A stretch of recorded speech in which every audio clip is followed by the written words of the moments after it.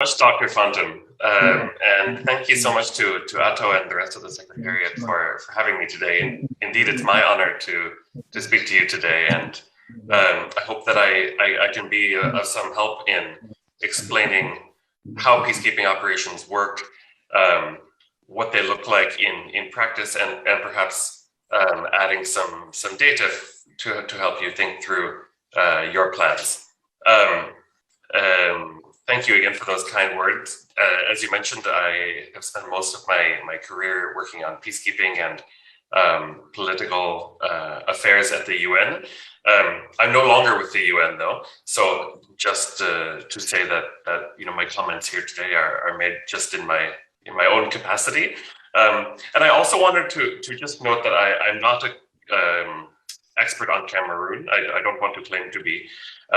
So I hope that my role today could be to help you better understand what the mechanism of peacekeeping looks like and where it fits into the international framework for conflict prevention and conflict resolution that you might want to think about as you continue your discussions. So with your permission, Mr. Moderator, perhaps I'll share my screen to begin a quick presentation. Is that all right? Yes, you have co-host capabilities. Very good. Thank you so much.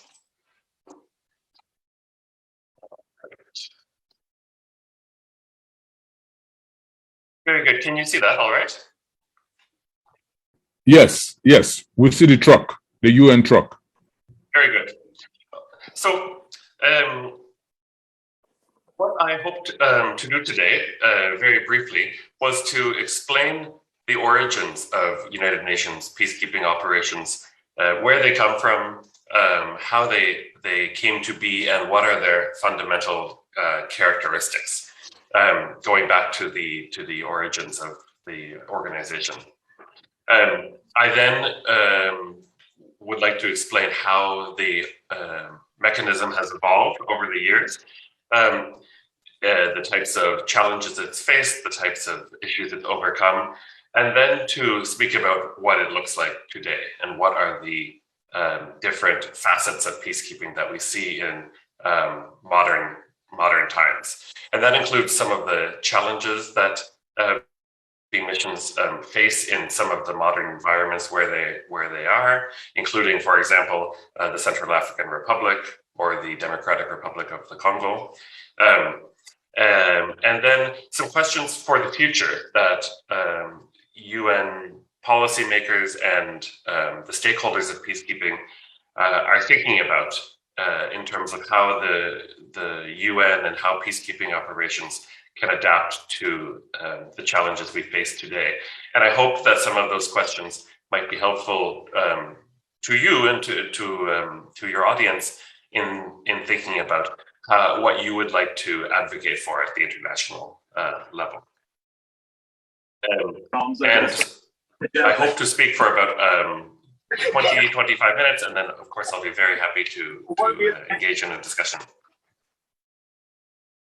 So let me begin with the origins. What is peacekeeping and where does it come from? As I think the people of Southern Cameroon will be particularly aware of, the UN dates back to 1945 and the end of the Second World War, when a charter of the United Nations was signed, laying out the statutes, the principles, and the organizational parts of the United Nations system. One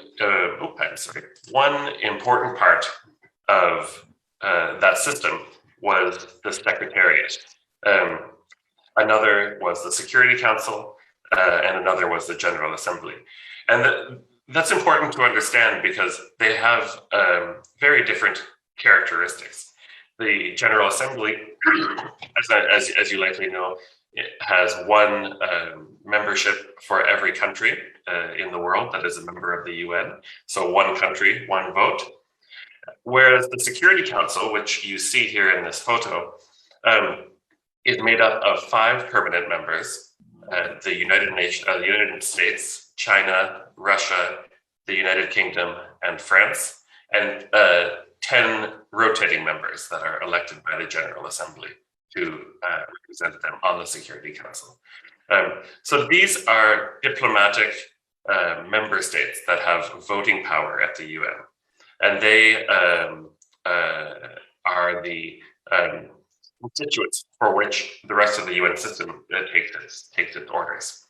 The Secretariat, by contrast, is much more like a civil service in a national government that works to execute the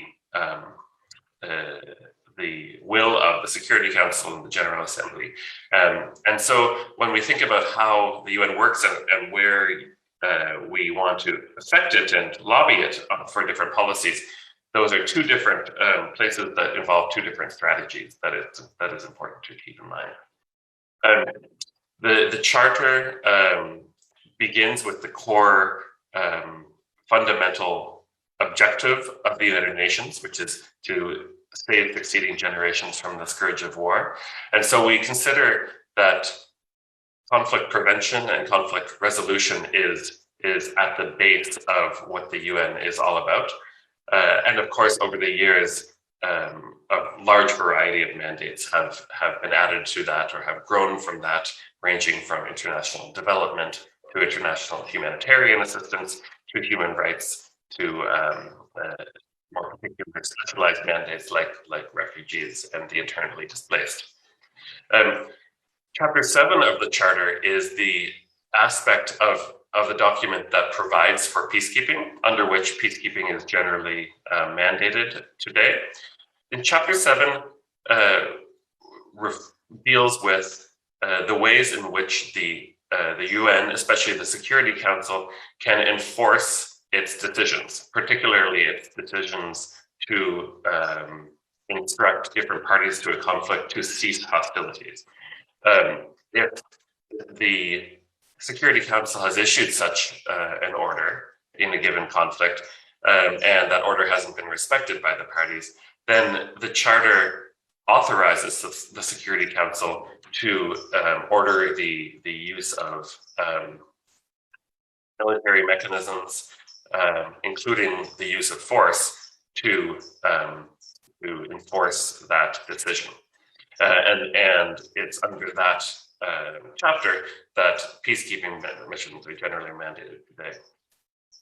To speak about mandates specifically, when we say a UN peacekeeping operation is mandated, what that means is that the Security Council meets to discuss a situation that is ongoing, and it agrees to pass a Security Council resolution, which is similar to, say, a communique of the African Peace and Security Commission.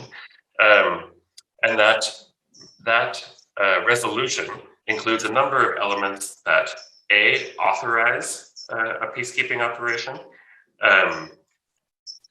list what the roles of that peacekeeping operation will be, list how big that peacekeeping operation will be, how many troops, how many police, and what that mission's areas of deployment will be.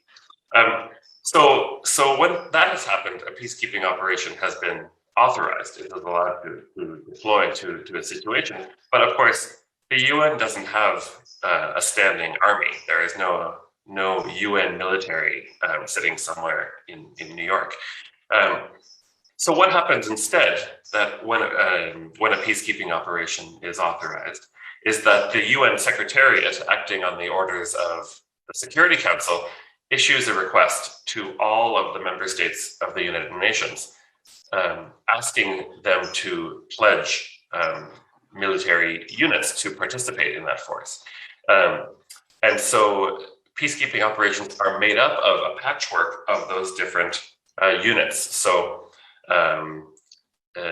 Bangladesh may send a 5,000 person infantry battalion.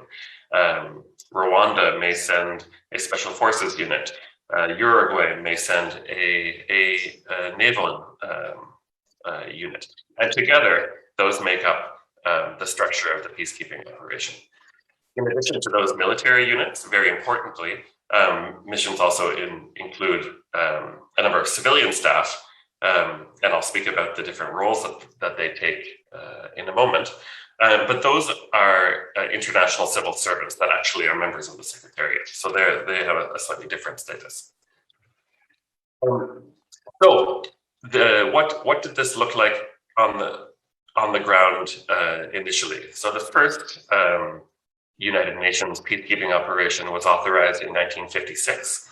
It was deployed after the Arab-Israeli War to secure the Egypt-Israel border around the Sinai.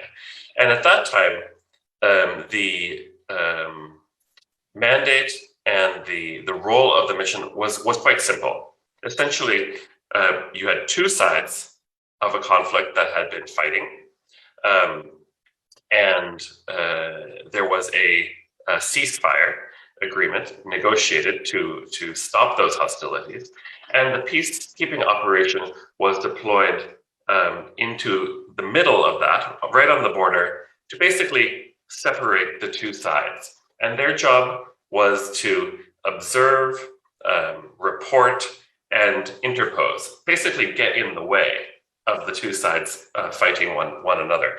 And in the meantime, as they were playing that role, the political negotiations between the two sides were able to continue under a more peaceful, a more secure environment. At the time of the deployment of this force, the Secretariat for the first time articulated the main principles of peacekeeping, the three core principles that are still applied today. And they are here, you can see them. The first is consent. The principle is that peacekeeping operations are only deployed when the parties to the conflict, in this case, Egypt and Israel, consented to this deployment. They both wanted it to be there. That's the first principle. The second principle is impartiality, that in deploying this force, the UN was not taking a side in the conflict, but rather was trying to serve a role to help both parties come to a solution. And so that is different from an invasion, say, where a force is coming in to take control of a situation or to take over a country or take over a place. That is not the role of peacekeeping operations. Instead, they take no active position in a conflict, usually, and instead are serving both sides of the conflict equally. And finally, non-use of force, except in self-defense and defense of the mandate. Initially, this peacekeeping operation was mandated to not use force at all unless fired upon. And so they were very static. It wasn't a highly active military operation. Over the years, as I'll discuss, that has evolved significantly, particularly with mandates to protect civilians. But the notion is still today that peacekeeping operations are not proactively, offensively using force in most cases. Now, from that origin on the Israeli-Egypt border in 1956 to today, how has peacekeeping evolved, and what does it look like today?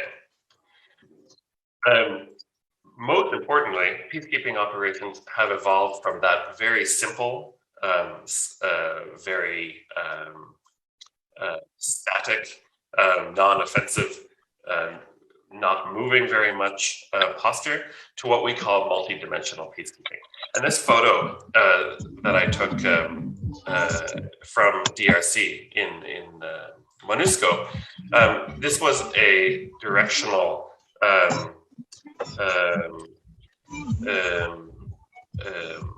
map, basically, directing you to the various offices of the mission. Sorry, I'm just going to mute somebody. There we are. And so what you can see here, if you arrive in this mission, is that there are all different offices doing a huge variety of things. And this reflects the fact that over the years, the mandates of peacekeeping operations given to them by the Security Council have grown and have become much more comprehensive in the ways in which the United Nations is trying to respond to or help in a conflict. And I'll just quickly explain what these different offices are, just to give you an idea. So going clockwise, you'll see first, crisis management. So most peacekeeping operations often deal with, emergencies involving, breakouts of violence or specific threats against individuals or groups, requiring very fast action. This JMAC is the Joint Mission Analysis Cell. That is essentially the mission's intelligence function, which is gathering information, analyzing it on threats, and advising the mission head on how to respond. HIV, AIDS functions. Most missions have small HIV units. GIS is the Geographic Information Systems. They help missions produce maps and mapping. Security, self-evident. You see the radio copy. Most large peacekeeping operations today have radio systems, basically journalism, which helps both spread information about the mission throughout the country, but also as kind of a independent journalism function as well.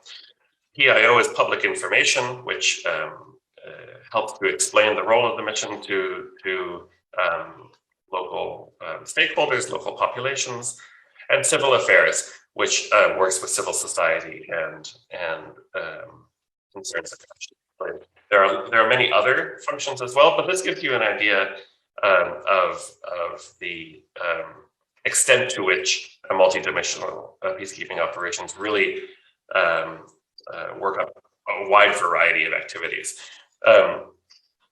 In particular, let me highlight a few mandates that are very common today. The first is the protection of civilians. So, if you remember, in the original peacekeeping operation, the peacekeepers were just essentially standing there, getting in the way of the conflict.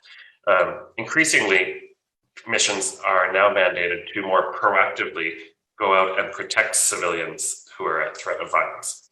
Because in the conflicts today, say in the Democratic Republic of the Congo, although there is a state and although there is a political framework for arriving at peace, there are still many armed groups and in some cases members of the armed forces that are threatening civilians on any given day.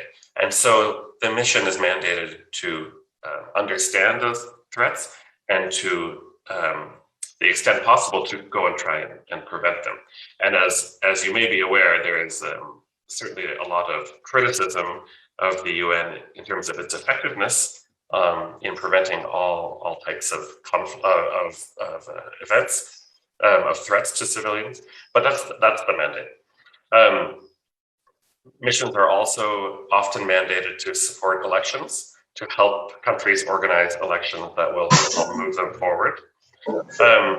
Extension of state authority is often a mandate, and what that means is helping a country to extend the government's role into areas where it is not active. So, for example, in MINUSMA, the peacekeeping operation in Mali, that means helping the government to establish public services and also government presence, like public officer, and also military and police presence in parts of the center and the north where it traditionally has been very, very absent. And then capacity building, which is simply to help different parts of the government or of civil society undertake their responsibilities under a peace agreement.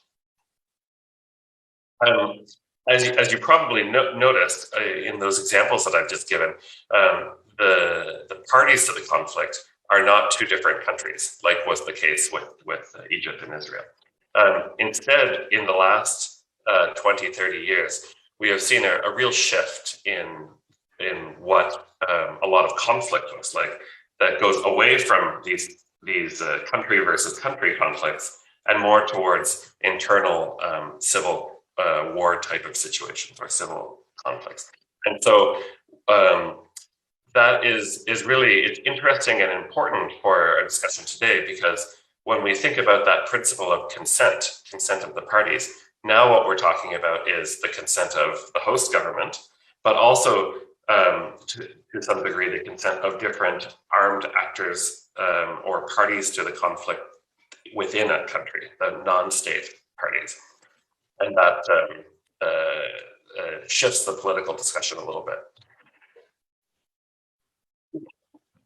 So that multidimensional peacekeeping model in the post-Cold War world in the last 30 years really came to be seen as what we called for a long time the standard treatment of the international community to civil war. And this is just an archetype. It doesn't apply exactly like this in every situation, but basically it is a theory, a model of how the international community responds to internal conflicts around the world. And this is sort of the order in which it would go. So initially, when a conflict arises, it may not yet be at the level of violence, but a conflict has been identified, then normally the international community through the UN will deploy conflict prevention and diplomatic capacities to try to help the parties come to a peaceful agreement. So we call that political advocacy or preventive diplomacy. If the conflict escalates or the conflict has benefited from some of that political engagement, then the UN or other parts of the international community would provide mediation support to help the parties negotiate a peace agreement. Mediation essentially means a third party, like someone from the international community, coming in to help different parties to a conflict discuss their differences and come to a negotiated solution on how they will go forward. If that's successful, you'll often see a peace agreement or some other type of agreement that defines that way forward. It lays out what the different parties are committing to in order to move the situation forward. And that can include a laying down of arms. It can include involving opposition in the government to share power. It can include elections, and it can include reconciliation, to try to bring communities that have traditionally been in conflict with one another closer together. The peace agreement is implemented, then the international community moves towards, we call it peace building generally, where the international community attempts to help the country, maintain stability and security while these elements of the agreement are being implemented. And that is traditionally where peacekeeping comes in, to deploy after a peace agreement to keep things calm while everybody is implementing the different elements of that agreement. And at the conclusion of that, often you see elections that are supported by different UN agencies. UNDP usually take the lead that turns the page on a conflict, although it's by no means the end of the peace building story, of course. So that's the standard. And in service of that, the UN has developed a whole toolkit of different tools that work in service of that sort of approach. And I wanted to briefly touch on them because I wanted to make sure that we had an idea of where peacekeeping operations fit within the larger toolkit. And so these are just some of the tools that the UN uses, and I'll go through them quickly. So special envoys are individuals that the Secretary General deploys to do that diplomacy and mediation type of work that I mentioned. They can be, specific to a country. There is a special envoy for Syria, for example. They can be regional. There's a special envoy for the Sahel. And they can also be thematic. For example, the special representative of the Secretary General on the Prevention of Genocide, who has been active in the Cameroon situation, issuing warnings, as many of you may be aware. Then there are peacekeeping operations, but also what we call special political missions, which are usually smaller operations that have a political function. They do a lot of the roles that I mentioned just now, but they don't have troops. There are regional offices such as UNOCA, the UN Office for Central Africa, which covers Cameroon and is based in Gabon. And they serve a similar role to the special envoys, but they're in a permanent capacity. And the UN has smaller but often very, very useful technical capacities that it can deploy. For example, the UN maintains a standby team of mediation experts that can provide specialized expertise on different parts of conflict resolution, which could include ceasefires. They can include gender and the inclusion of women in peace processes. They can include designing peace negotiations. And the UN deploys these often very quietly. You don't see them in the news, but they go very quickly to help countries and groups try to prevent conflict. Similarly, the UN has what's called a joint program for building national capacities for conflict prevention.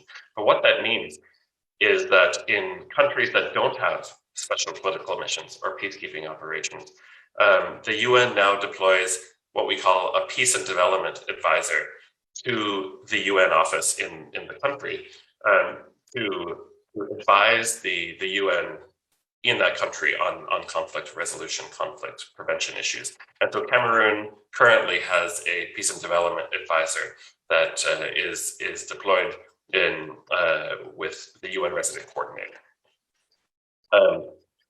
So the UN also has a human rights monitoring analytical capacity. It can deploy teams of human rights monitors to a situation. And then sanctions. So the Security Council, in addition to mandating peacekeeping operations, it can order that sanctions be placed on individuals or on groups that has found to have broken its orders, essentially. And those orders can be, for example, arms embargoes that prevent weapons from being smuggled into or moved into a particular zone. And if those embargoes are broken, the Security Council can place sanctions, which could include travel bans or the freezing of assets. And when that happens, it initiates a monitoring mechanism that follows up on those situations and can be very useful in helping the international community monitor a situation.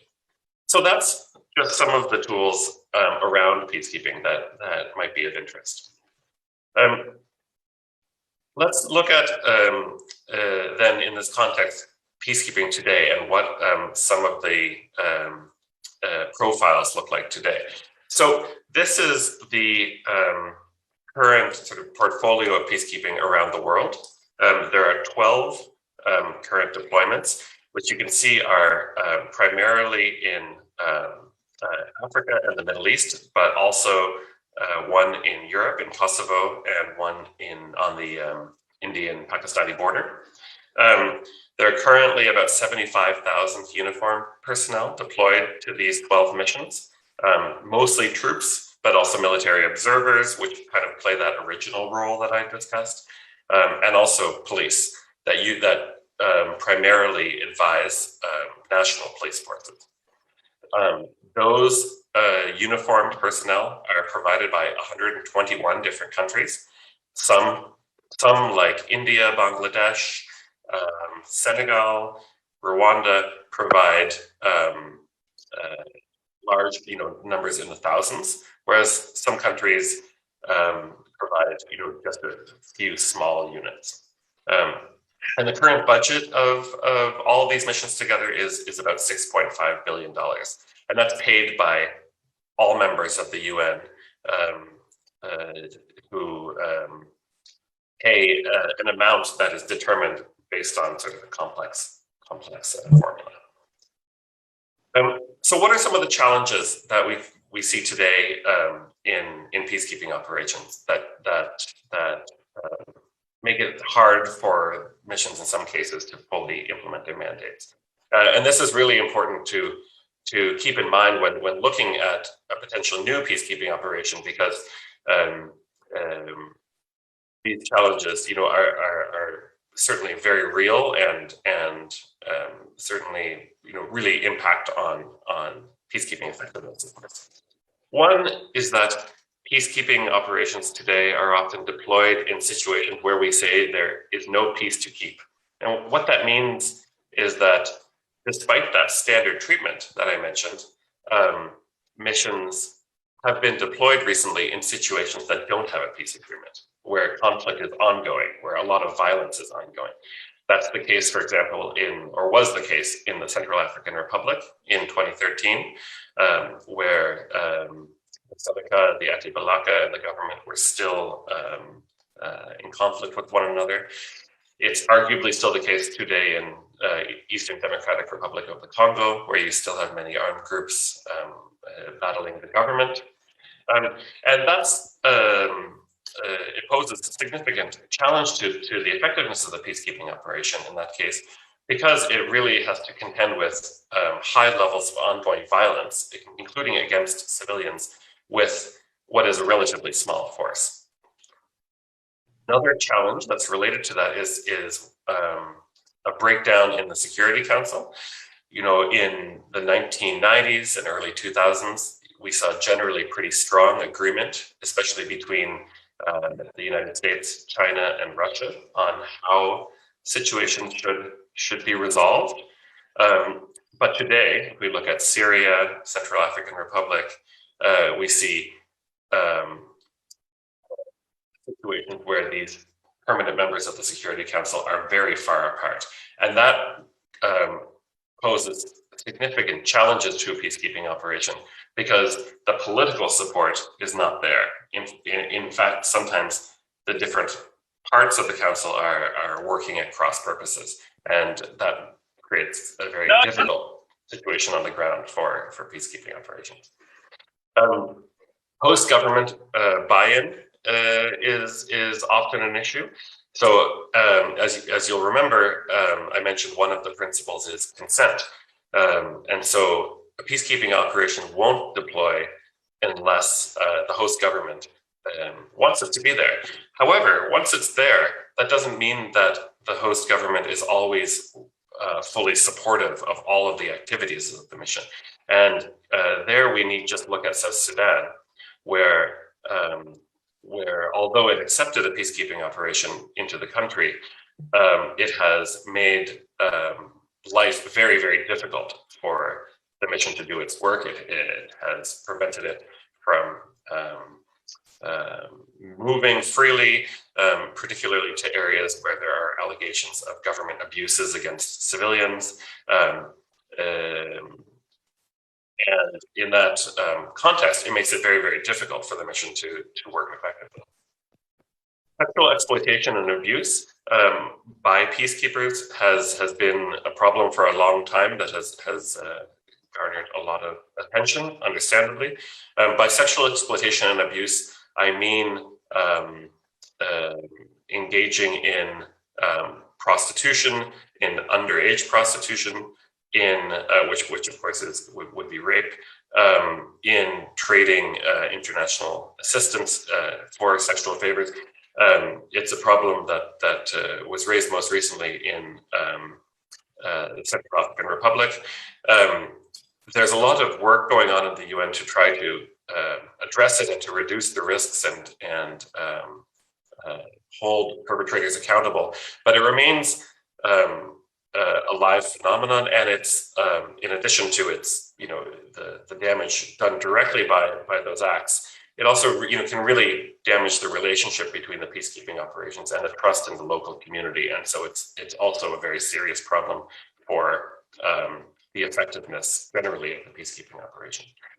And it's more of a priority, I think, than a challenge, but is increasing gender equity in peacekeeping operations. On the civilian side, the UN is doing quite well in increasing gender parity. I believe at headquarters it has reached 50-50 with men and women, but in the field, particularly among uniformed peacekeepers, the numbers are overwhelmingly male. It's been very difficult to recruit and deploy large units of female uniformed peacekeepers, and that's again very important because when you have, say, a patrol going to a community, having a balance of men and women in that patrol is really important to ensure that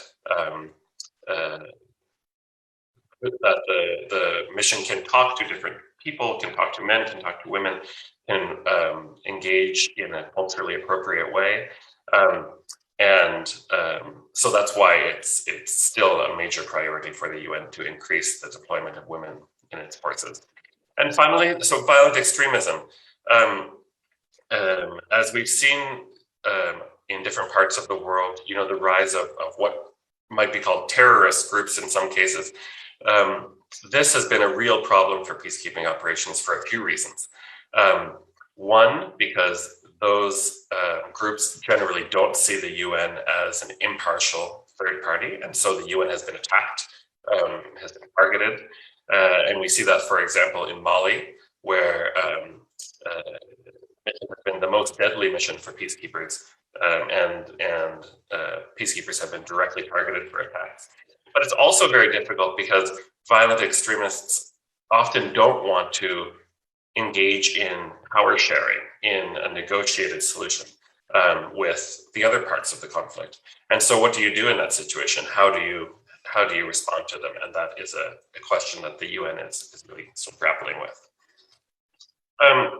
And so here is an example of one of the consequences of that. This is a photo of a UN base in Gao in Mali, which was attacked by a vehicle-borne IED in 2016, and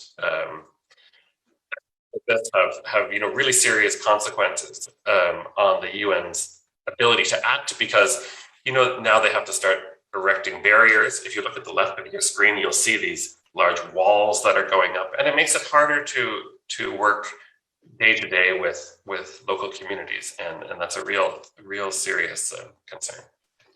So by way of wrapping up, let me just highlight a few questions that I think about a lot, that I think are important for all different stakeholders to think about when thinking about the future of peacekeeping operations and where peacekeeping operations could be useful. One is the protection of civilians. When a conflict breaks out and civilians are at at risk of violence, people are understandably looking to the international community for help and expect the international community to respond, and justifiably so. However, the reality is that when peacekeeping operations deploy with, say, 10,000 troops into a large country, that's really a very small force relatively, and it's impossible that peacekeeping operations can be everywhere all the time. And so we see often that communities can be very disappointed with the results of a peacekeeping operation when they fail to act to protect against a specific threat. Another question, as I mentioned, is how do we engage with extremist groups? Say Boko Haram would be an example. A situation that certainly is live in Cameroon is how the UN engages in conflict prevention in political systems that are quite closed. As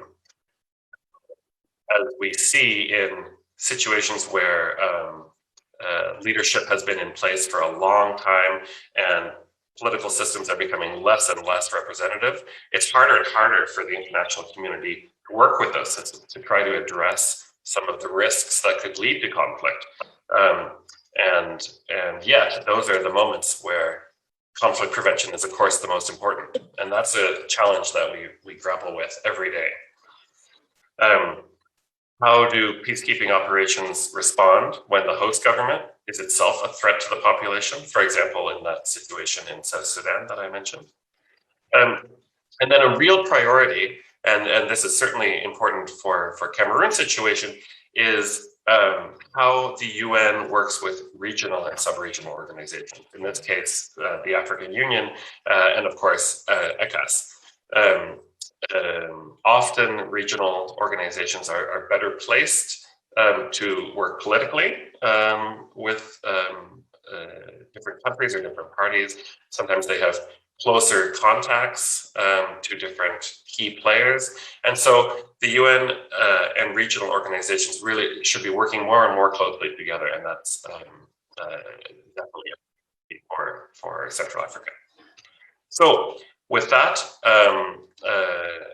I would be happy to take any questions or to engage. I'm very interested in how you think some of these concepts apply to your situation. On the right of the screen here, I just have a couple of links that will direct you to learn a little bit more about some of the issues I mentioned. So please feel free to follow them. But otherwise, I really appreciate your attention and looking forward to an interesting discussion. Thank you very much, Mr. Dirk Druet. Thank you. What you have given us is extremely important to us. Like we said before the town hall, a lot of what you are bringing to us as a people is new. This is the first time we from Southern Cameroons are involved in an armed conflict. We are not like the Sudan or the Congo or, Eritrea, Ethiopia that had decades and decades and, understand the intricacies. And as we told you before, our people have been asking questions. Where is the UN? Why is the UN not there? Without understanding what it takes for the UN to come in. And so we want to thank you again for coming to explain to us. And more importantly, your desire to learn more about what's going on in our conflict. And hopefully it would provide you with enough material, enough knowledge, enough tools to use your extended contacts to bring attention to the conflict. Everything that goes on in the UN or everything you've presented may not be what we like or what we want to hear, but we have to deal with the reality of how the international community works, in some good, some bad, and it's just the way it is. So we thank you. Nothing we ask you here is personal, and none of the feedbacks we give you is personal. It's just part of an academic exchange. So we thank you. So without wanting to monopolize the floor, I would ask, we have some hands up. The way we do it, we take a series of questions, maybe 4 or 5, and you could make notes and then just answer them in that sequence. That saves us time, and then another bunch and another bunch. Then after the questions, we will go into the open discussions where you can also ask us questions, and we can have some of our more knowledgeable, older senior citizens, give you everything you need to know. Thank you again. Secretariat or Dr. Fontaine, before we take hands, I don't know if I said everything or if there's something you want to add. Mr. Moderator, you're in order. I think we can proceed. Okay. We would advise, we have 4 hands up now. We would advise people to keep their, each person has 1 minute to ask a question. Please be very precise and straight to the point. This is the question phase of the town hall, and we would get to the discussion or observation phase later. So for now, just questions to Mr. Druet. The first hand up is George Ekontang. George, you have the floor. Unmute yourself. Good evening, panel. Mr. Drake Edward, thank you for enlightening us about the UN working and peacekeeping situations. I'm not much interested in the peacekeeping aspect. I'm interested of the intricacy of why the UN and the Security Council was reluctant enough not to stop this conflict because they saw it coming and it's been forecast for donkeys of years. People have been talking about it. When it's calculated in 2016, the UN would have foreseen this happening, going to arms. But what happened? Why did they not trigger the mechanism that you've highlighted for conflict prevention, or in one way trying to stop it? What is it we did wrong, or what is lacking to help us on that aspect? Thank you, Comrade Ekontang. Thank you for that question. Mr. Druet, if you want to take notes, we have 3 more hands up. Comrade Elena, unmute yourself. Okay. Can you hear me? Yes. All right. Thank you, Mr. Druet, for coming to us. That has been very educative. So I have actually 2 questions. I'll try to be very fast. Now, talking about member states building up a peacekeeping force, do the conflict parties, do they decide who can be part of this peacekeeping force?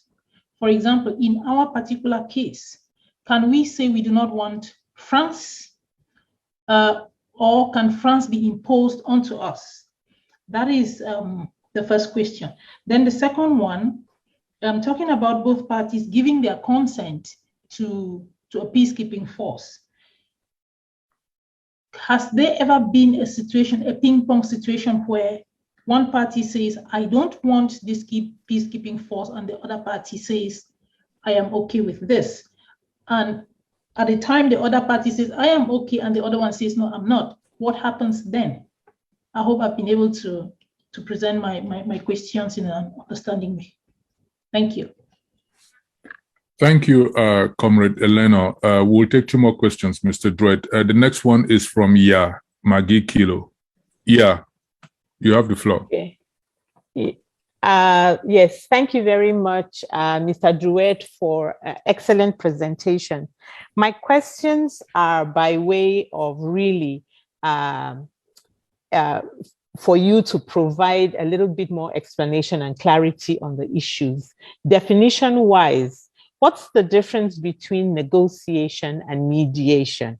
Because you do talk about both interchangeably, and we really need to be clear where mediation comes in and negotiation comes in.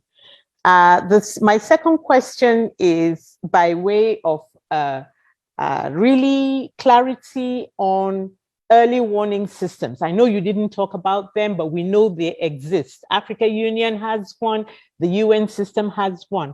Why, with all these early warning systems, we've not really seen some kind of conflict prevention activity from the level of the UN. What is happening in the central region that makes this practical approach to early warning systems impossible in the Cameroon case?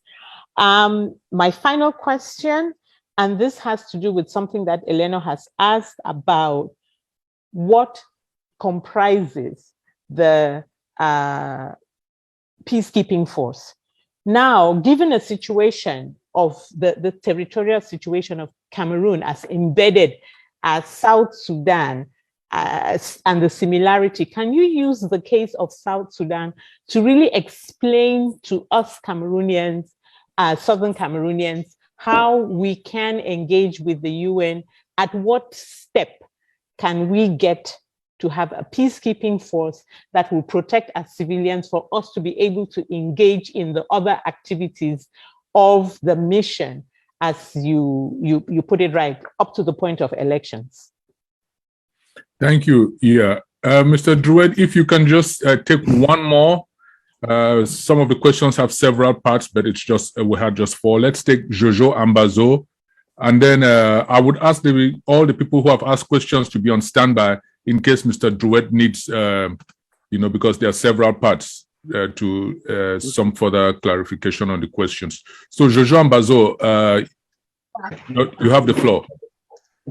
Okay, thank you very much for the presentation. Thanks a lot. Learned some new things. And like my brother, I'm not very much interested with the peacekeeping force because they haven't solved any problem anywhere. I think it seems to escalate the situation wherever they go. So my question is, since you talk about the UN, what are the things that UN takes into consideration, or how can they put pressure on La République du Cameroon to get into the negotiation table? Because no matter how many peacekeeping forces we put on the ground, if this problem is not resolved on the negotiation table, there will be no peace. And to send peacekeeping force to keep peace where there is no peace, it doesn't actually make sense to me. Thank you very much. Thank you. Okay, Mr. Druet, that's what we have for the first set of questions. Thank you, Mr. Otto.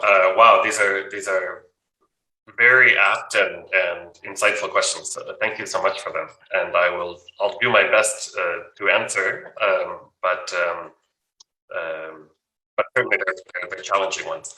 Let me start with this question of early warning, and that Ms.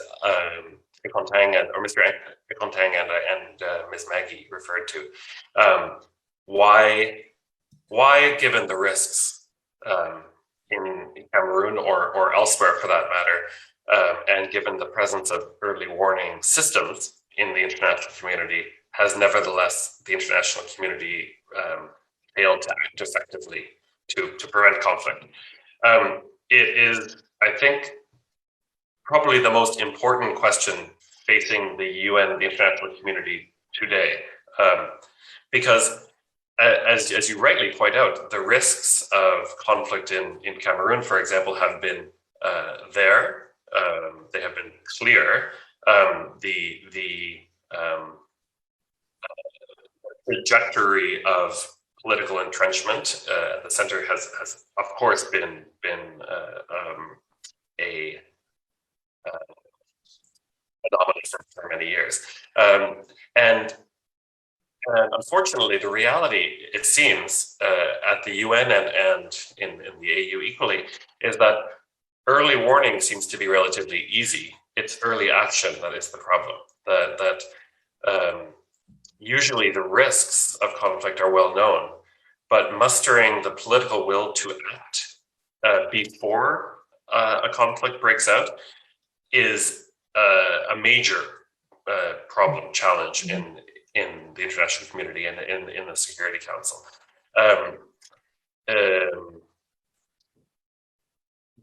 Let me try to just discuss maybe a few reasons for that, practically speaking. I think, and none of these reasons will be satisfying at all. One, I think, is the workload of the Security Council. Simply speaking, on any given day, it is working on a large number of ongoing conflicts that have broken out into violence. So, Syria, South Sudan, Somalia, Iraq, Afghanistan, DRC,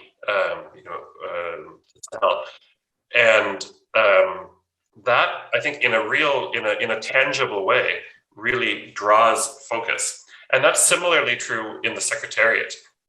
In fact, I know that internally within the Secretariat, working level people who follow countries where there is an ongoing risk of conflict, like has been the case in Cameroon, have enormous trouble in raising those concerns up to, say, the level of the Secretary General, because at that level they are again in crisis mode a lot of the time, so it's a question of breaking through that clutter and raising awareness and trying to force political will, and how to do that. I mean, that is a very difficult question. One potential solution, I think, or one potential vector, is to try to muster interest in the Security Council, either among the P5 or among the elected 10 members, of which 3 are African always.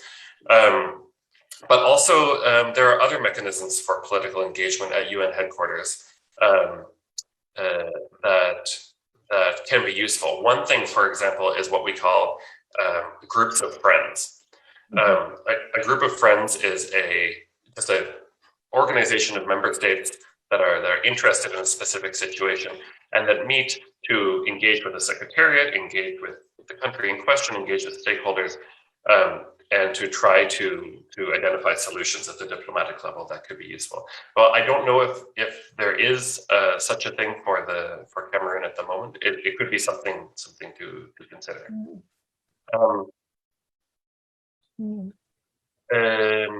Let's see, I'm just going to try to the next one. So Ms. Eleanor asked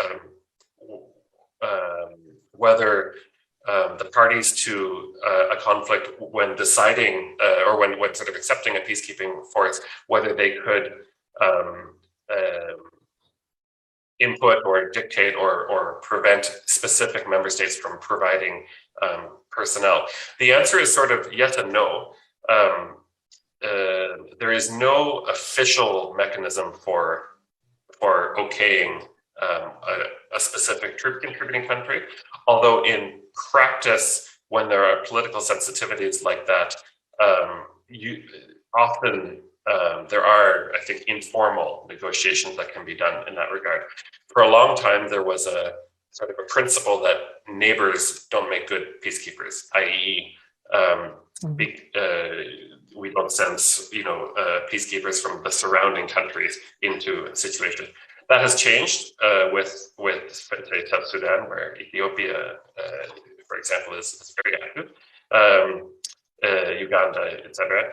But at any rate, I think the answer is in principle, yes, I think to some extent that is possible. Now, the question of consent, what happens if one party says yes and one says no? That's a very important question as peacekeeping and moved from focusing primarily on interstate conflicts, where you have 2 clear countries that have been in conflict, to internal civil conflicts. So there, you have one party that is the member state, the host country, and then 1 or more parties that are non-state actors. So in that situation, the consent of the host state is absolutely necessary. That's really not optional. Then when it comes to the non-state parties, it becomes a little bit more complicated, because in principle, if there was a peace agreement, then that peace agreement would be the mechanism for having the consent of the non-state party. But when there isn't, the council has still in many cases, mandated peacekeeping forces. So, for example, in Mali right now, you have two sets of non-state armed groups. You have the government that has consented to the peacekeeping force, and then you have non-state groups that are party to the peace agreement, and thus they have, we can say, consented to the peacekeeping mission. And then you have non-signatory groups that have clearly not, and some of those we would call violent extremist groups, and so those have not given their consent. I think it's fair to say, and so when we get in the non-state groups, it can be a little muddy, and it's more of a political decision in the Security Council. Ms. Maggie asked about the difference between negotiation and mediation. Essentially, mediation helps negotiation. Negotiation would be discussions between the two parties themselves, and mediation is a third party coming in to try to help those discussions. I mean, and mediation could help before you get to the point of negotiation, and when it's perhaps more informal, confidence building. But then once the negotiation begins, then the mediation can help as well. But there are other types of discussions that are relevant as well, and they're contained in the charter under in chapter 6, which is refers to what we call the Pacific Settlement of Disputes, of different types of discussions that or resolution mechanisms that the council would order or would direct parties to a conflict to engage in. So one could be negotiation, but another could be arbitration.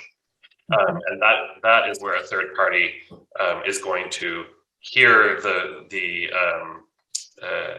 disputes of the different parties, but ultimately is going to impose a solution. So, and that could be, that's a more judicial function. So that would be closer to taking a dispute, for example, to the International Court of Justice. And the political parts of the UN, that is rarely something that the UN would do itself. So it's more on the mediation facilitation side of things.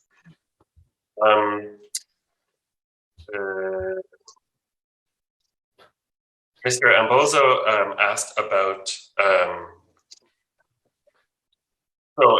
assuming, as you said, assuming that one didn't want a peacekeeping operation, how the UN can put pressure on the Cameroonian government. So that I think is almost it's a different side of the coin from how the UN can act in an early warning sort of situation. How in those moments can the UN put pressure?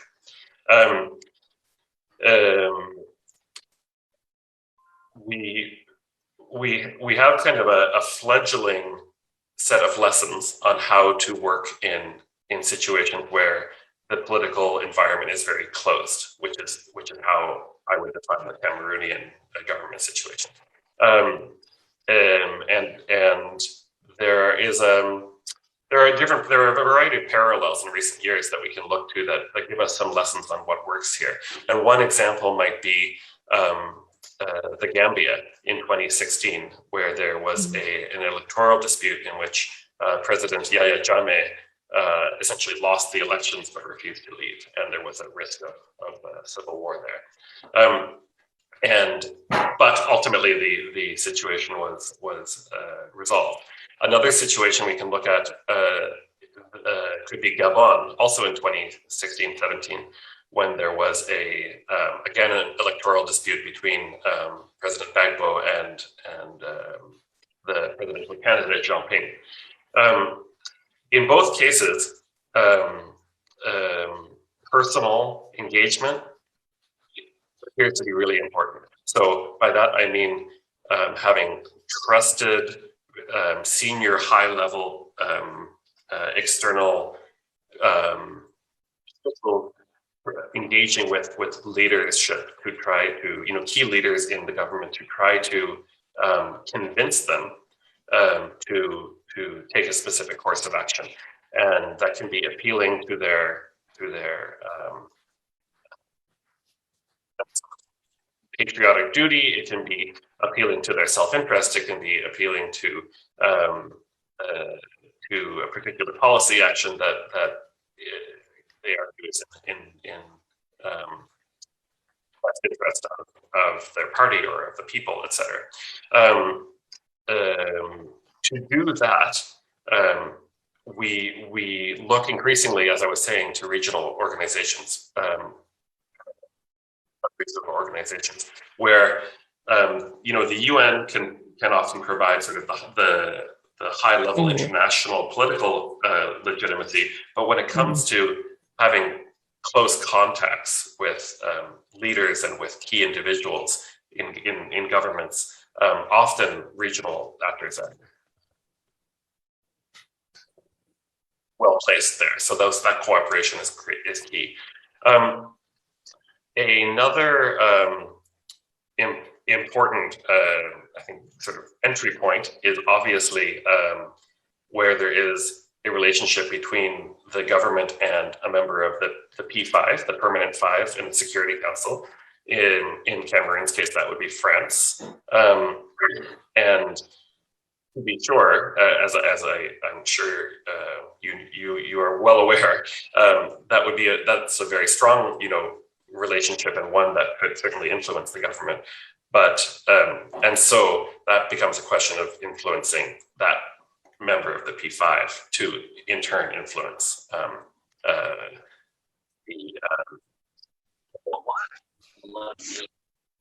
so no easy answer there, to be sure, at least as far as I know. But those are some thoughts of areas we look to. Why don't I stop there? Although if I have, if there are any additional clarifications I can provide, I'd be happy to. Thank you, Mr. Druet. There are a couple of hands up, and there is another question that I would read to you that was sent to me. So unfortunately, Mr. Druet has not responded to my last question, which was the comparison between the situation in South Sudan and Southern Cameroons with regard to how the peacekeeping force would operate in that kind of situation where the territory is connected to the main host country. You want me to clarify, or? Yes, you're right. I'm sorry, I didn't respond to that. Could you clarify a little bit of what you mean, and I'll do my best. So we're looking at the situation in Cameroon right now and comparing ourselves to the situation in South Sudan, where the one single bigger country and you have a smaller part of the country that is sitting in the same territorial space, but we need a peacekeeping force in Southern Cameroons to deal with all the issues that you raise in the peace building strategy plan up to elections. I go from political advocacy, peace negotiations, peace agreement, the peace building, security coordination, and on to the point where you actually can have the elections that would make you have a referendum on whether to separate or not to separate, that kind of situation. Yeah. I see. Thank you, Ms. Maggie. That clarifies. So in a sense, we're talking about Sudan prior to the succession of South Sudan as well. Right.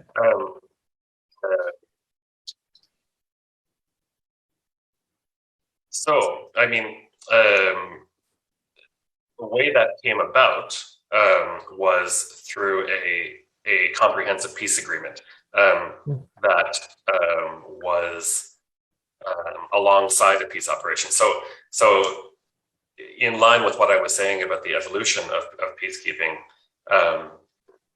missions in sort of the contemporary context, we often see that those different steps of the process happening at the same time and not being as linear as that ideal model that I mentioned. In the case of South Sudan, what happened there was in the international force, the peacekeeping operation, providing a degree of security alongside a major international mediation effort that was that involved the UN, but also involved Norway and the United States. And so, I mean, applying that to any other situation, I think that is sort of what it would look like. It would require a dual track of simultaneous, what we call security guarantee and then mediation. But the South Sudan example is interesting nowadays as well, because you have a situation now in which, after succession, what was initially sort of an internal united front against the Sudanese government, then turned into a situation now of internal strife, in which you have the new government being a party to violence against civilians. And as I mentioned, the ability of the UN to operate in such a situation where the host government, which the UN relies on for things like visas, to be allowed to enter into a specific area of the country, to be allowed to fly different places, to even get clearance for airspace, these types of things. To have that same government being a threat to civilians that the UN should be responding to creates a very difficult situation. And we've seen clearly the challenges in South Sudan that presents for the ability of the mission to sustainably respond to the conflict. I hope I've at least partially answered your question. I know it's a very difficult question, but you've made a very good attempt. Thank you very much. Thank you. We have two more hands up. We will take them, and then I would read you a third question, which is in the chat. So, Shea Kijika, you're next. Unmute yourself. Yes, thank you very much. I want to tune into the choir, appreciating your presentation, Mr. Druet. Wonderful.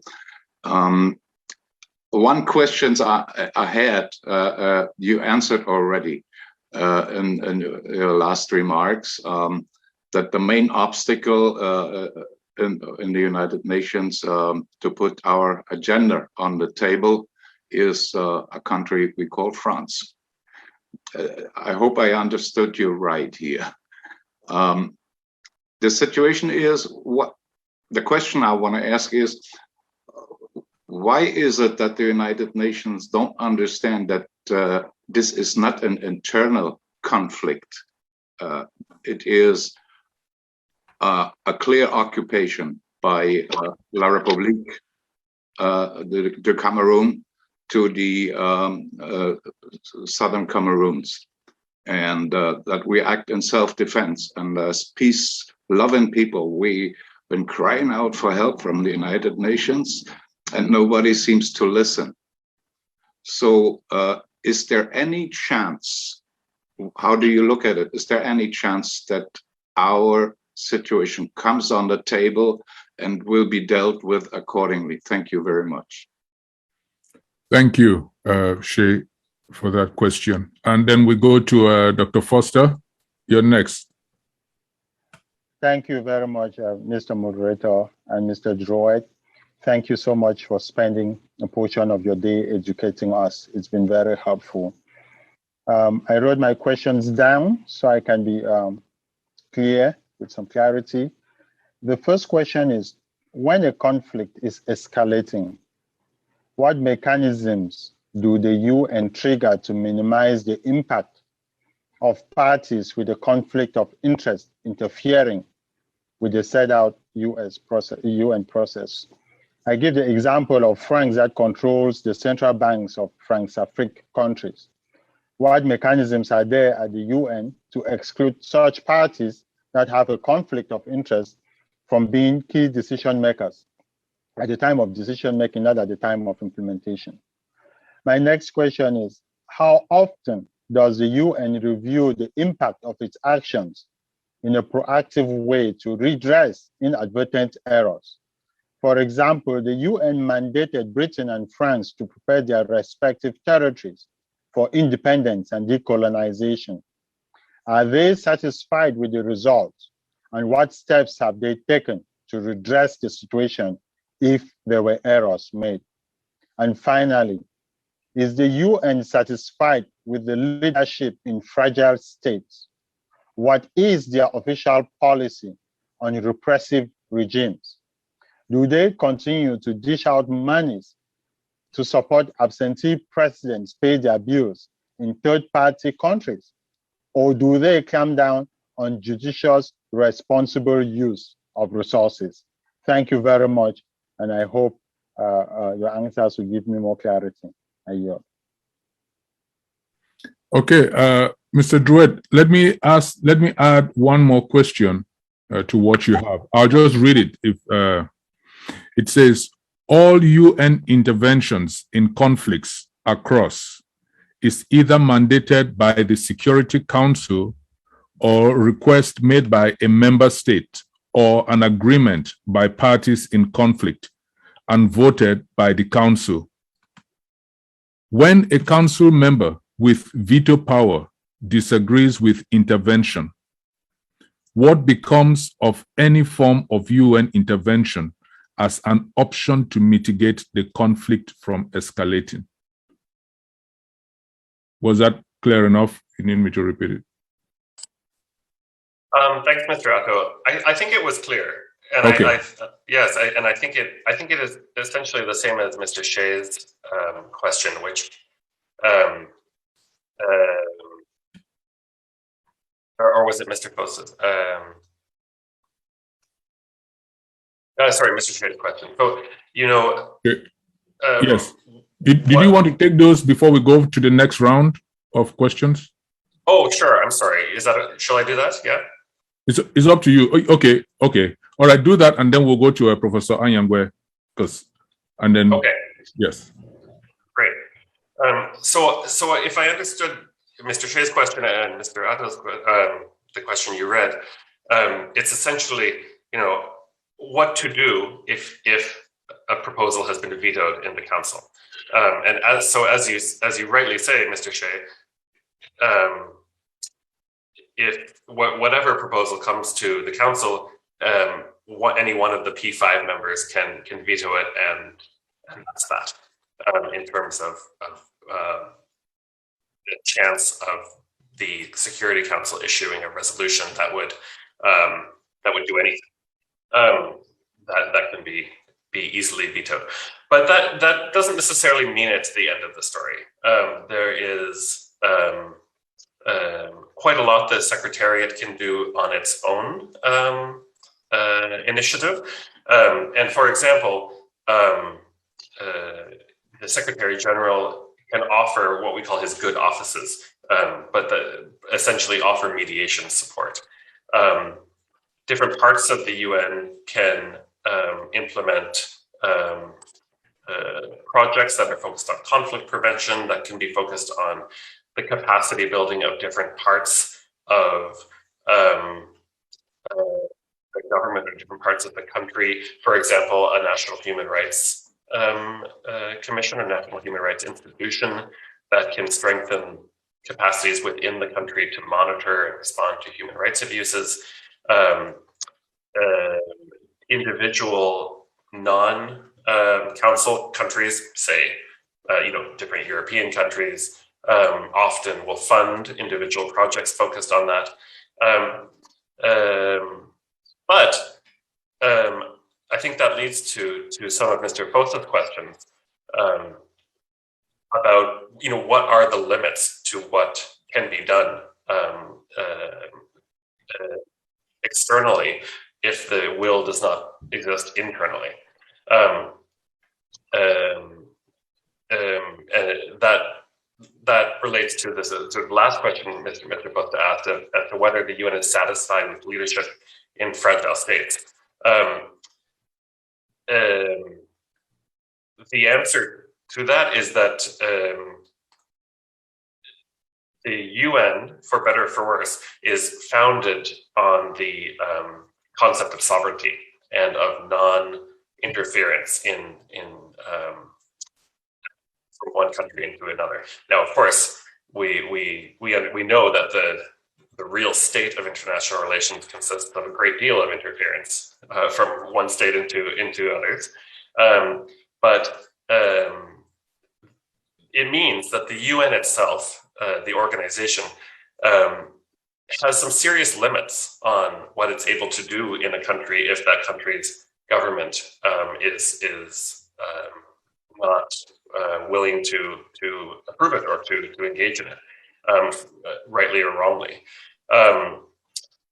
That said, there are certainly standards of behavior that the international community, through the UN, has established that we identify as what we consider acceptable, right? So there is the human rights architecture. There is, including the Universal Declaration of Human Rights that clearly sets out the international community's expectation for how governments will act. And when governments don't act in that way, that's when the various triggers are activated that Mr. Foster referred to. But what are those triggers? So one could be the sanctions that I mentioned. That again requires Security Council approval, and so is subject to that veto that I mentioned. The Human Rights Council in Geneva can issue fact-finding missions and can issue reports and can respond to instances of abuses. And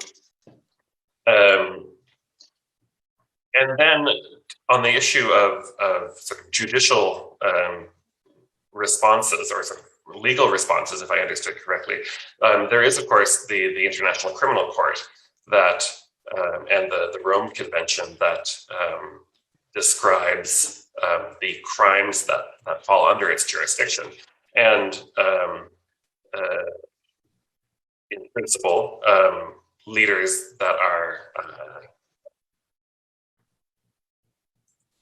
break those rules would be subject to that, to accountability in that court. So those are mechanisms that exist. But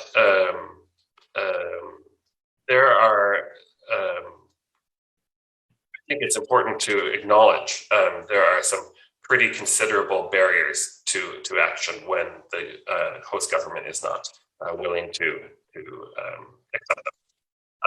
Just one last kind of note on this question of how the UN reviews the impact of its actions. It's a really interesting question, and it falls to a few different levels. One is kind of a technocratic review of, how does, if the UN deploys a peacekeeping operation in the Congo for 20 years, how does it measure its impact? You measure it in terms of whether or not the conflict was resolved. That could be reasonable, in which case we would say that the mission hasn't been successful, I think. But then many academics also measure the effect of peacekeeping operations on whether or not they increase or reduce violence. And there we see pretty convincing evidence that countries in conflict that have hosted peacekeeping operations experience lower levels of violence. So that's one kind of way of reviewing impact. But then I think, Mr. Foster, you were getting to sort of a more political, a more strategic question of how the UN reviews the impact of its actions in terms of say the implementation of the principles of post-colonialism, let's say. And there, I'm not sure that objective measures exist. I think that is really a matter of political debate, and not one where there's an easy or sort of data-based answer. It's really more of a moral political question. Okay, thank you, Mr. Druet. We have one more hand up. So let's take Professor Carlson Anyangwe. Prof, the floor is yours. You have to unmute yourself, Prof.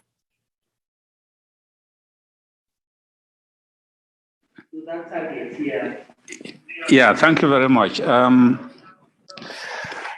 I want to thank Mr. Dirk Druet for coming to share with us your rich experience with UN peacekeeping. The Ambazonian situation, what people call Southern Cameroon, is a very complex one. Perhaps you're aware of that. We are faced with a situation where what we call black-on-black colonization. And this is a phenomenon, post-colonialism in Africa. When I say post-colonial, I mean post-white colonialism, whereby certain countries, because they felt they were bigger and they had smaller neighbors by them, they could just turn around and grab. We have the same situation that was happening between Morocco and the Western Sahara. We have the same situation that happened as between Somalia that wanted to grab neighboring territories in Ethiopia and also in Kenya. And they even wanted to grab what is called today Djibouti. We all are aware that Libya wanted to grab the Aouzou Strip. South Africa wanted to keep the Walvis Bay as part of South African territory. And this is a new phenomenon we had in Africa, which is most unfortunate because all of these countries achieve independence by proclaiming and asserting the right of self-determination. And they are the same countries that have turned around to be later the oppressors of their neighbors, which is exactly what we're talking about French Cameroon. Now, if anybody were to ask, and I've asked many people, can French Cameroon produce any evidence that it legitimately and even legally has the right to occupy and administer the Southern Cameroon? There's absolutely none. But what we are seeing here is a case of exhibition of crude power and say, we have the military might. We are going to oppress you. We see what you'll do. And in any case, the international community is not going to come to your assistance. You are dead meat. That's the situation we face. And so my question, when I think about this, is simply to ask, to what extent, if any, does the characterization of a conflict as international or non-international influence the United Nations decision whether or not to mount a peacekeeping operation? Thank you.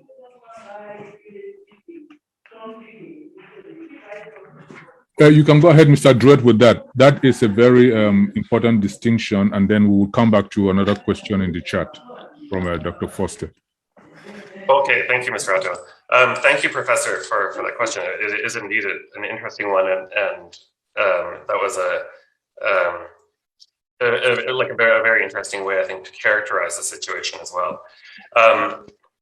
The characterization of a conflict as international or non-international is certainly important in terms of the application of international humanitarian law, which is basically the laws of war.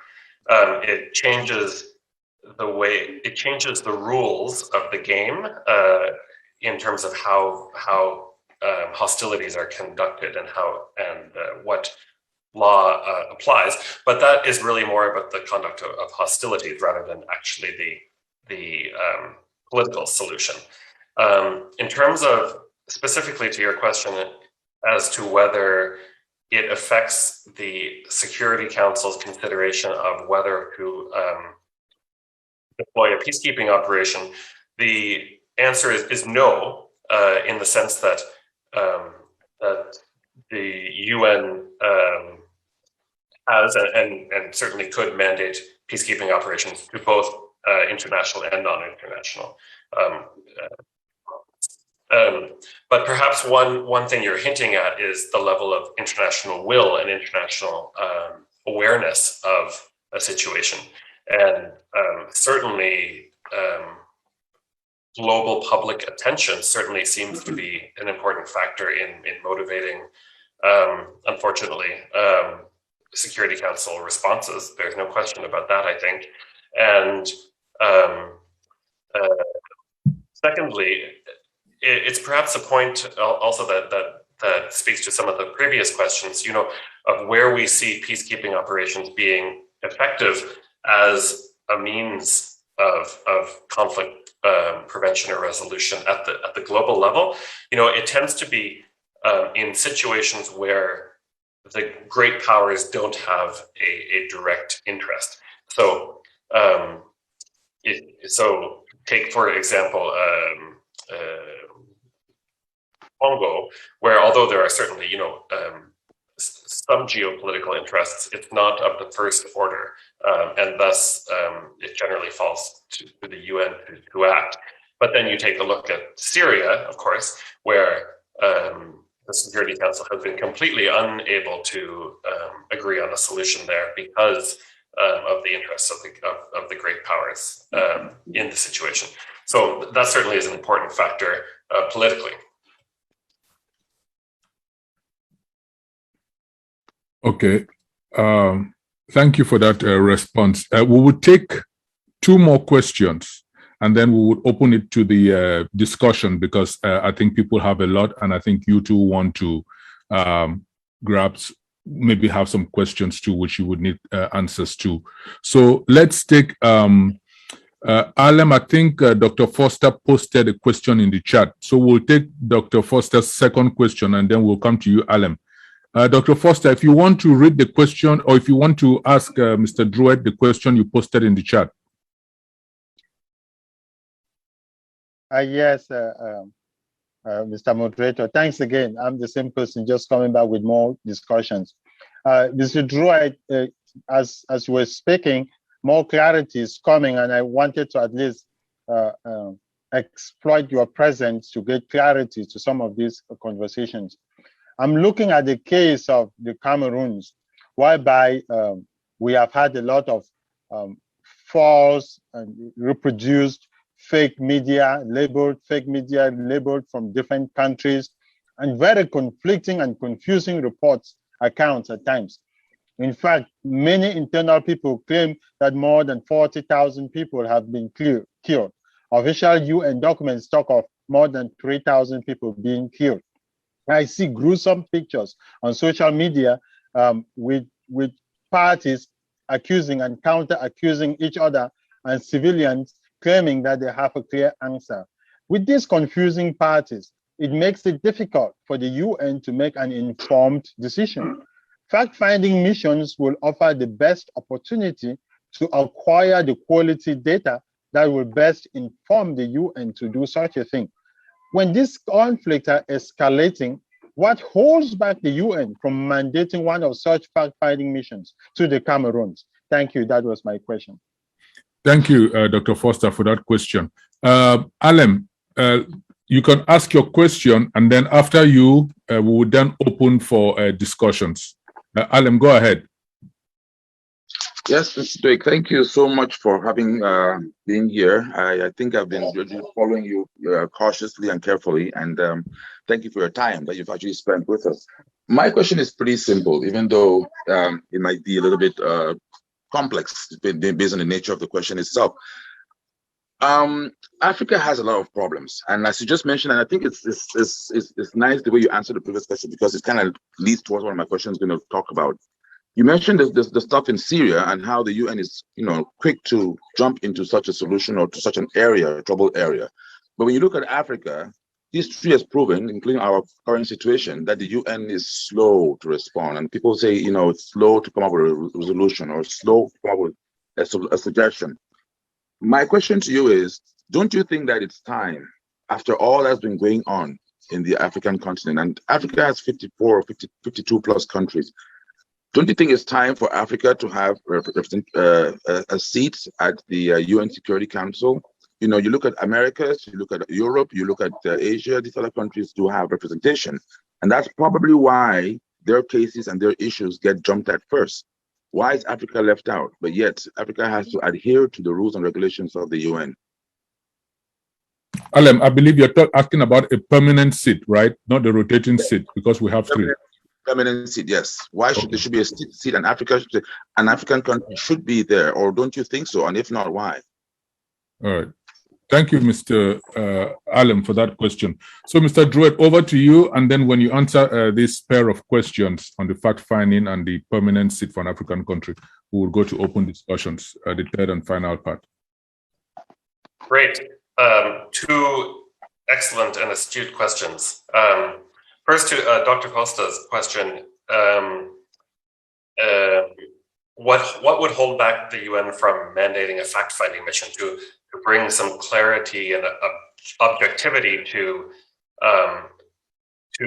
what the facts on the ground, to actually what is happening, so that we aren't reliant on social media or one side or the other providing conflicting reports. I think the value of that type of kind of third-party monitoring cannot be overstated for exactly the reasons you mentioned. A formal fact-finding mission from a human rights perspective would be mandated by the Human Rights Council in Geneva, and so that, you know, when we're talking about options in the absence of a Security Council resolution, or options assuming a veto on the Security Council, that's one, I think, area to look at. And it doesn't, I mean, the most formal mechanism would be fact-finding. There are other things to consider as well. One could include engaging the special rapporteurs. And so what those are, to explain it briefly, is over the years, the Human Rights Council has created what we call special rapporteurs on specific issues. So there's a special rapporteur on extrajudicial killings. There's a special rapporteur on freedom, the right to privacy. There's a special rapporteur on protecting human rights while countering terrorism, on a variety of special issues. And those special rapporteurs can visit, they can ask to visit a country, or they can be requested to visit a country to learn more about the facts on the ground. And that's something that kind of is short of a full, formal mechanism, which means it may be a little bit easier politically to achieve, and it could be a step in that direction. So that I think falls under the category of what you're talking about. Another option that is in that space is to establish an office of the High Commissioner for Human Rights, OHCHR, in a country. That is I don't know if there is one currently in Cameroon. I suspect not, but I could be wrong. It of course requires the consent of the government, but having an OHCHR office on the ground can be extremely helpful in creating a capacity for information gathering and investigations of incidents that adds a degree of objectivity to the information. And even without an office there, informal advisory or monitoring missions can be mounted from OHCHR that again are sort of not as formal as a fact-finding mission, but that still have some information gathering capacity. So I think there's a lot that could happen there. It isn't uncomplicated politically, but I think it is in a situation, in a difficult political situation, that area of options is something I would certainly encourage you to consider. Mr. Alam's question, isn't it time for Africa to have a seat at the Security Council? Certainly, I think many states of the world would agree, and in fact, I think that either this month or the next, India will take its rotating seat as the president of the Security Council, where it intends to make a similar case, certainly. The answer to that question, it really depends on the political will of the existing Security Council members, I believe. And at least in the short term, it doesn't seem that will exists, although that is not necessarily a permanent state of being. But let's assume, just for the moment, that isn't going to happen. What does that mean? And what should we look to in the meantime? And one question I would have, I think, assuming that, is we've talked a lot about the UN and its response. What about the Peace and Security Council at the AU? What about ECAS? Of course, ECAS in particular, when we look at it compared to other sub-regional organizations, is among the weaker in terms of political will. And should you be lobbying ECAS more to do more, or perhaps you have as well, and what can be done on those levels as well, where Cameroon might have a larger voice? I think it's a good question to ask. Okay, thank you, Mr.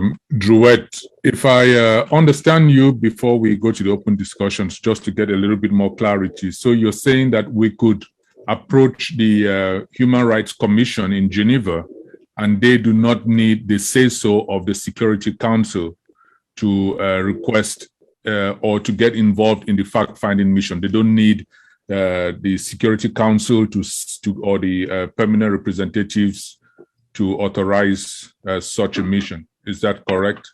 They are like autonomous. So yes, sir. Yeah. The UN system has three different, we call them pillars, sort of. One is development, one is peace and security, and one is human rights. So at the top of the peace and security pillar is the Security Council. That is like the legislative body for that. And then for human rights at the top, we have the Human Rights Council in Geneva. So that's kind of a parallel to the Security Council. And so that would be a different decision-making body that would not require the approval of the Security Council. Yeah, so let me chime in since we're in discussion to add in there. If you see, I'm sharing my screen, and not necessarily to be a boss killer, but Cameroon is on the Human Rights Council. So, we can, which is sad though when you look at the list of countries on the Human Rights Council. But of course, the good news is Cameroon's term ends at the end of this year. But some of the other countries there are not likely going to be any more sympathetic to us, including, well, France is also still there till 2023. So it's I suppose going from frying pan to fire. Certainly, the Human Rights Council is also not an uncontroversial body, to be sure. And the criticism foisted against the council is that very regularly countries with very poor human rights track records are appointed to or are elected to the body. On the other hand, it does not have a veto system, and so at least the effect of any individual country is somehow mitigated. Thank you. So we would now go to the third part, which is an open discussion. And Mr. Druet, if you also have questions or if there are any specifics you want to learn more about the conflict specific, Southern Cameroon specific, this will be an opportunity. As you said at the beginning, you are not an expert on the conflict in Cameroon, but and Southern Cameroons, but what's going on there could also add to your research and information on other issues you could take up in your daily work. And we will be very happy if you took up interest in what's going on. You know, we cannot have too many people interested in what's going on in Southern Cameroons. So before we take Dr. Foster and then Yamagi, I would like us to open the discussion by you asking questions, and then, you know, we can flow in from there. I know Professor Anyangwe is also with us. He is one of our better legal minds and archives or encyclopedias when it comes to our situation, and Yamagi, of course. So if you have questions, we would begin this part by you asking us what you need to know further about the situation. Sure, thank you for the opportunity. You know, as you say, I am not an expert at all on Cameroon. What I focus on is how the conflict prevention tools of the UN can be made more effective generally. And so I would be very interested to hear from colleagues about what tools, UN or otherwise, have been used to try to help mediate the conflict so far. And they need not be international as well. Of course, there are lots of capacities within the country that can be useful as well. You know, what have you tried and how has it worked? And particularly for the UN, the AU, other external actors, how could it be improved? Obviously, there are some major suggestions that have come out, but also in a minor way. You know, what could be technically improved within the existing realm of political possibility? I'd be very interested to hear your reflections on that. Okay. We would open up. Dr. Foster had his hand up first, and then and then Comrade Leno, and then Alem. Let us limit our discussions to 3 minutes, please, so that everybody can have a chance. And let us not repeat ourselves. If somebody had something in mind to share with Mr. Druet and it's been suggested, let's just either lower our hands or discuss something else. Let us also try to, now that we know Mr. Druet's interest, what has been done so far. He works on a conflict prevention, or what needs to be done more, or any suggestions we can offer. So again, let's limit our discussions or suggestions to about 3 minutes so everybody gets a chance. Dr. Foster, please, if you're not on, just mute yourself and then unmute yourself when you're about to speak, so we don't have background disturbance. Thank you again, Mr. Moderator, and thank you, Mr. Druet, for this part of the conversation.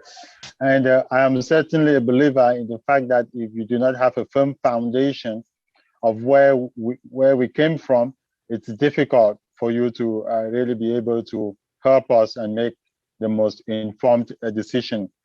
But as we discussed earlier, this is 60 years in the making of a conflict, and at every turn had offered an opportunity for us to do conflict prevention. Historically, the people of Southern Cameroons have always exercised their rights of self-determination. 1954, they walked out of the Eastern House of Assembly in Enugu and self-administered themselves to 1961, with, in fact, a peaceful transition of civilian power.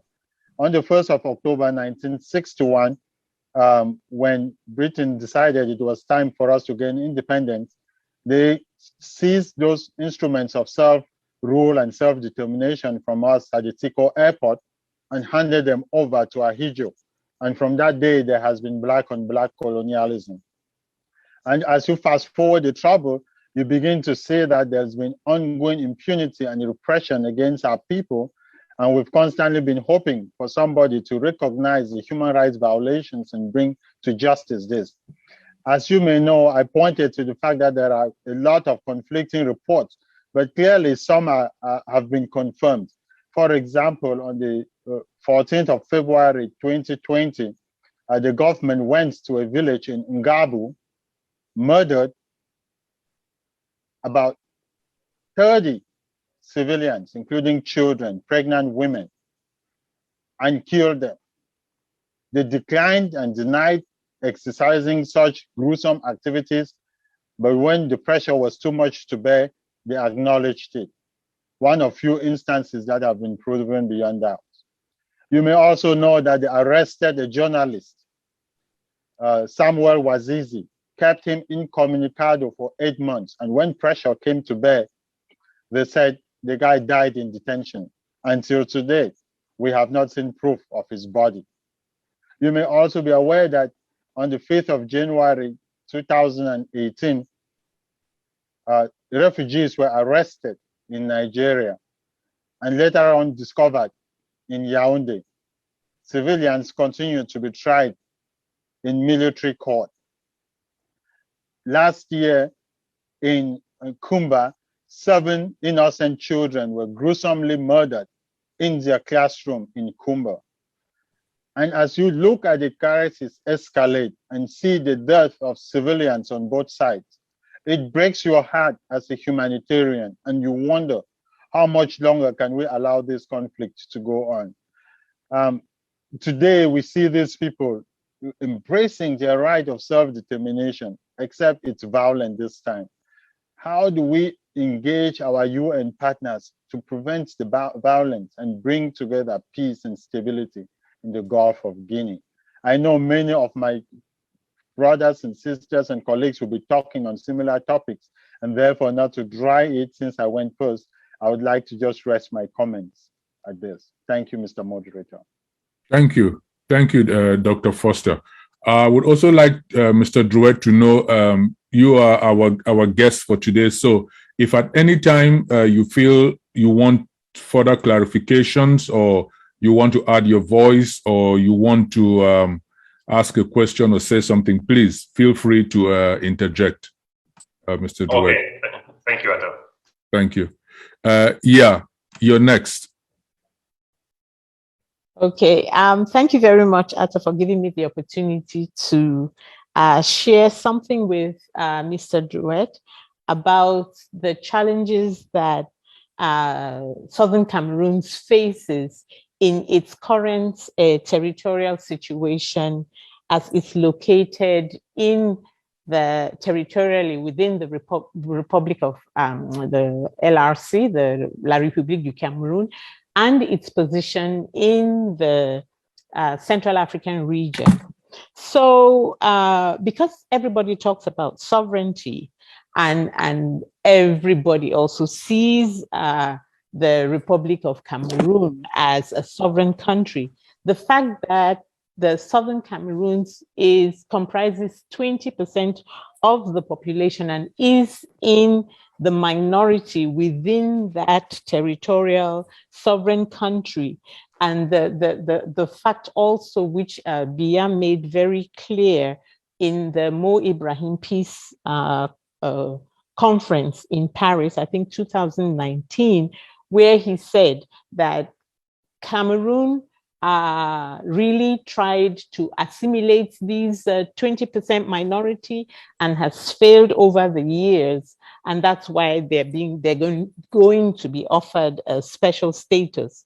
So that position of minority within a majority French-speaking country, and the fact that France has this control over Cameroon, as you've heard, really works against the Anglophone or the English-speaking minority that we are. Also, if you look at the 5 regions of Africa, the North, South, East, West, and Center, the Center region, we've mentioned fragile states and state fragility here. The Center region is comprised of 100% fragile states. All the states in the Center region are fragile. And Cameroon is for a long time has been like the beacon on the hill within this very, very weak region. So whereas if you look at the other sub-regions of Africa, the 5, you will see that if we were located in the southern region, for instance, we could appeal to South Africa to take some action. Nigeria has always acted on behalf of West African states, sending the ECOMOG force into Sierra Leone and Liberia, and actually taking control of the situation in the Gambia with Yahya Jammeh and making sure he was ousted on time. If you were looking to the eastern region, you would see countries like Kenya, Ethiopia, others, Tanzania acting. In the north, of course, northern region for a long time, Libya was there. Unfortunately, it too has become a fragile state. But the entire Central African region is comprised 100% of fragile states, and there is no voice, even at the level of the AU, to take up the case of the Anglophone population, the Southern Cameroonians. So those are the two things that actually really have kept our problems under the radar of the international community. Nonetheless, the people, especially the diaspora population, has done a lot of work, but I'm interested in a concept that you mentioned, and I wonder whether that actually exists in the UN or outside of it. You talked about the Friends of Cameroon concept. So that concept that you talked about, can you really just explain a little bit more how it would work, how we would come to put together a Friends of Cameroon at that level, and what they could do for us? Thank you. Okay, Mr. Druet, you're being pulled back into the spotlight as part of our conversation. Thank you, Yamagi Kilo. Sure. Would you like me to answer that? Yes, I think she would. Yes, please. Yes, please. Great. It's very important. Excellent question. I'm just pulling up. Ato, is it okay if I put a link to a book into the chat? Yes. That's great. Anything you want to do, yes. Okay. I'm just going to. In the chat, I'm adding a book that that might interest you. It's about how groups of friends have worked over the years, and their various sort of benefits, drawbacks, factors. It is written by the current director of mediation in the UN Department of Political and Peacebuilding Affairs, and it's an excellent resource that might be useful. But just to very briefly explain, a group of friends is an informal association, technically outside of the UN, but it's made up of member states that are simply interested in a given country or a given situation or a given issue. So we have right now groups of friends for the protection of civilians, and they meet regularly to discuss the state of that issue, and they invite different parts of the Secretariat, different stakeholders, for example, the International Committee of the Red Cross, to come and brief them. And it has the effect of raising awareness, but also it generates political dialogue around the issue at UN headquarters or around UN headquarters.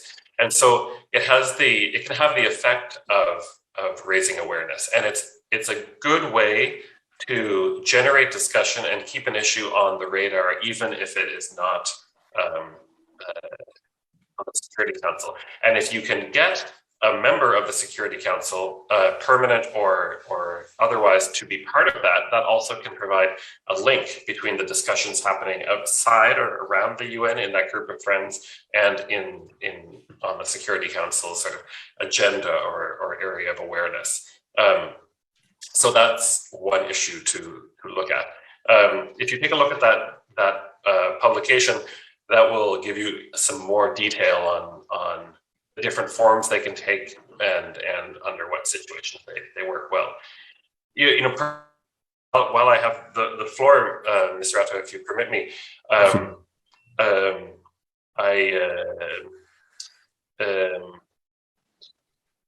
wanted to thank Ms. Ia for your reflections on the sort of state of cooperation in the Central Africa region. Indeed, I think it is a challenge that has affected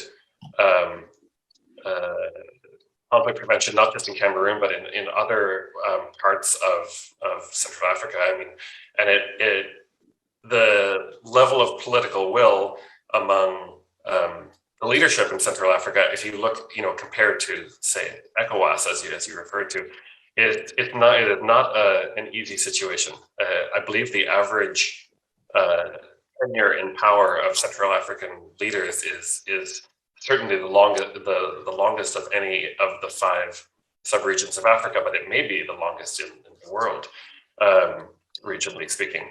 And at any rate, I think it is a very difficult starting place. There's no question, but I really have to congratulate you on the intensity or the level of engagement among the diaspora to keep a conversation going. I mean, it's I think one of the key ways under those circumstances that you can keep dialogue happening. So I'm just glad to see that.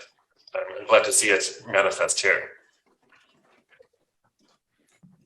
Thank you, Mr. Druet. Yeah, I hope that answered your question. We have some hands. Please let me remind everybody so far, let us stick to our time limit so that we can get as many people in as possible, and also not hold Mr. Druet all day. So Comrade Elena, you're next, then Alem, then Jojo, then we'll go down the list. We have 5 hands up now. So Comrade Elena, go ahead. Okay, thank you, Pado. Mr. Druet, I'm sorry, I'm going to take us back a little bit. This has to do with the fact-finding mission, which you just said Geneva is actually responsible for that. To me personally, it's kind of interesting. Now, I have this question. Does this group of friends, does it also exist in Geneva, or does it exist in the human rights sector to say, if we have this group of friends concept, can we try to apply it to say, find those people that can that can push for the, that can push for this fact-finding mission. Secondly, I mean, it's a follow-up. What strategy would you suggest that we get Geneva to mandate this fact-finding mission? So that's the second question. And then there's a third part to it. If this group of friends exists, does it exist for a specific aspect in crisis? Because I remember you mentioned that there can be one for civilians' rights or something like that. I'm sorry, I missed that. Is the group responsible for a specific aspect in just any crisis, or is the group responsible for a particular a specific crisis? For example, a group of friends for the crisis of Southern Cameroons, as an example. Would you like me to respond, Mr. Ratto, or should we? No, go ahead, because we are just doing comments. I guess you just wanted to go back and get more clarification. I think, Maggie just mentioned, this group of friends issue, I think, is new for a lot of us, and it's very interesting. So I think she just wanted you to shed some more light on the group of friends and how it works. So to your first question, Ms. Eleanor, certainly the concept could apply both in New York at the peace and security side, and in Geneva at the human rights side. Those two communities are very different. They're remarkably separate, and so there is value, I think, in engaging at both levels. And as you highlighted, there are the mechanisms that can be used in response to the situation are quite different as well. So there's no harm. In fact, it's probably a good idea to employ sort of a dual approach. In terms, so to the last part of your question, would it be a subset? I suppose theoretically, you could have a group of member states sort of organizing around one specific sub aspect of a conflict, but I would recommend that if a group of friends were to form around the Cameroonian conflict, for example, I would expect that the sort of general objective of the group would be broader. It would be peace and stability in Cameroon generally. That is sort of that would be kind of the starting place from which the international community would look at the situation. So if you look at, the reason I say that is if you look at the charter of the UN and the role of the Security Council, its job there is to maintain international peace and security. So the way the issue would be framed normally in the discussion in the Security Council would be how to maintain international peace and security around the conflict. So rather than have it be a discussion on the interests of one group or another, it would probably be more effective, I think, to have the discussion be, how do we solve this conflict in a sustainable way? And that makes it less of a lobbying group on the part of one party or another, and rather a more pragmatic discussion on all aspects of the conflict, if that makes sense. Okay. Yes, it does. Thank you so much. Thank you. Okay, let's go to Alem, and then Jojo, and then Shay. I think we would end with Dr. Fontaine, and then if Professor Anyangwe is still with us. Prof, I don't want to put you in a spot, but if after Dr. Fontaine, you may want to give specific answers to Mr. Druet's questions, we would appreciate that. So we'll take Alem, Jojo. Okay, that's fine. Thank you, Prof. Thank you. So we'll take Alem, Jojo, we'll take Sheikh Kijika, we'll take Dr. Fontaine Niba, and then we will just have a brief exchange between Mr. Druet and Professor Anyangwe to round up for today's discussion. So Alem, go ahead. Let us keep to our 3 minutes, please, so we can get through. Okay, I'm glad that you just mentioned what you said right now, because I was actually going to attempt to answer one of Mr. Druet's main questions, which he asked, which was, what have we done, right? So I'm gonna try to answer this to the best of my capability, but I'll leave a lot more of the details to my senior comrade, Professor Anyangwe, who's going to get into more details about that. Mr. Druet, I like to sometimes cite examples in my responses, so to bring everything home. We have done a lot, especially when it comes to diplomacy, and of course in trying to defend ourselves as well, in terms of, you know, being in a corner and you have these machine guns and bullets and everything, like you have no choice but to defend yourself. Let me start with this little write-up. If you look at all court systems today, especially in the United States and most developed countries, there's a reason why judges are either asked or told to excuse themselves or recuse themselves from a case once there's known fact that he or she is directly involved in any of the parties, right? And if you apply that on the world stage, you notice that when it comes to diplomacy, each of the doors that we've tried to knock on, be it the United Nations, be it the African Union itself, be it that and that, we are faced with two huge monsters. And I use that word carefully, because that is the root cause of our problem. We're faced with France and we're faced with Britain. That's even involved as deep as into the African Union itself. So no matter what means of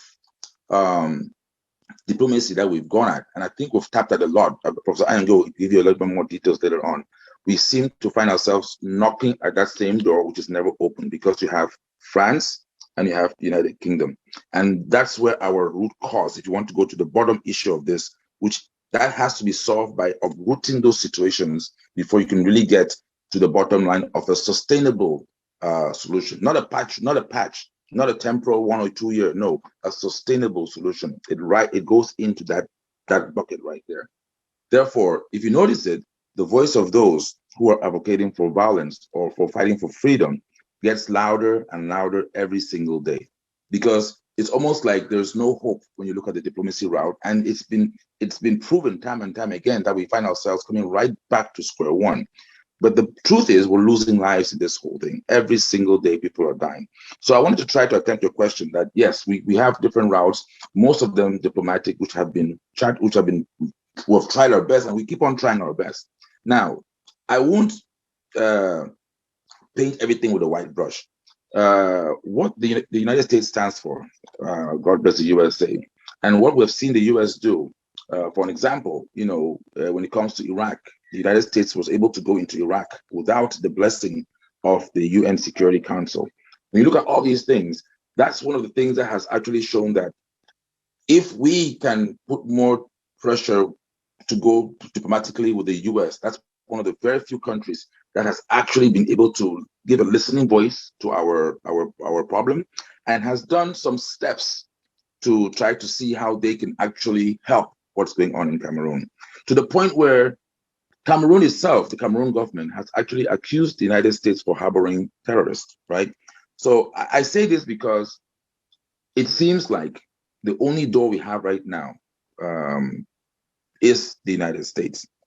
Unfortunately, the United States does have its agreements and relationships with the same Britain and the same France that we have a big problem with. So I was just trying to, give you an idea of what we have done so far, and to let you know that we are still trying. Of course, we're trying to adhere to international rules and regulations. But again, it ties into my original question. We're trying to adhere to international rules and regulations, but then we don't have a voice in the making of those rules and those regulations. In the end of this, I'm going to also ask you just another question, since I'm at it. What can we do to engage the United States more, right? Right now, the U.S. has done some things to the point where Cameroon is, beginning to retaliate. And Cameroon does respect the U.S. We all know that. But apart from writing letters and passing resolutions, what is it that we can do so that the U.S. comes in and says, listen, guys, enough is enough. Just like what they did in Iraq. They didn't need to have the blessing of the UN or the UN Security Council.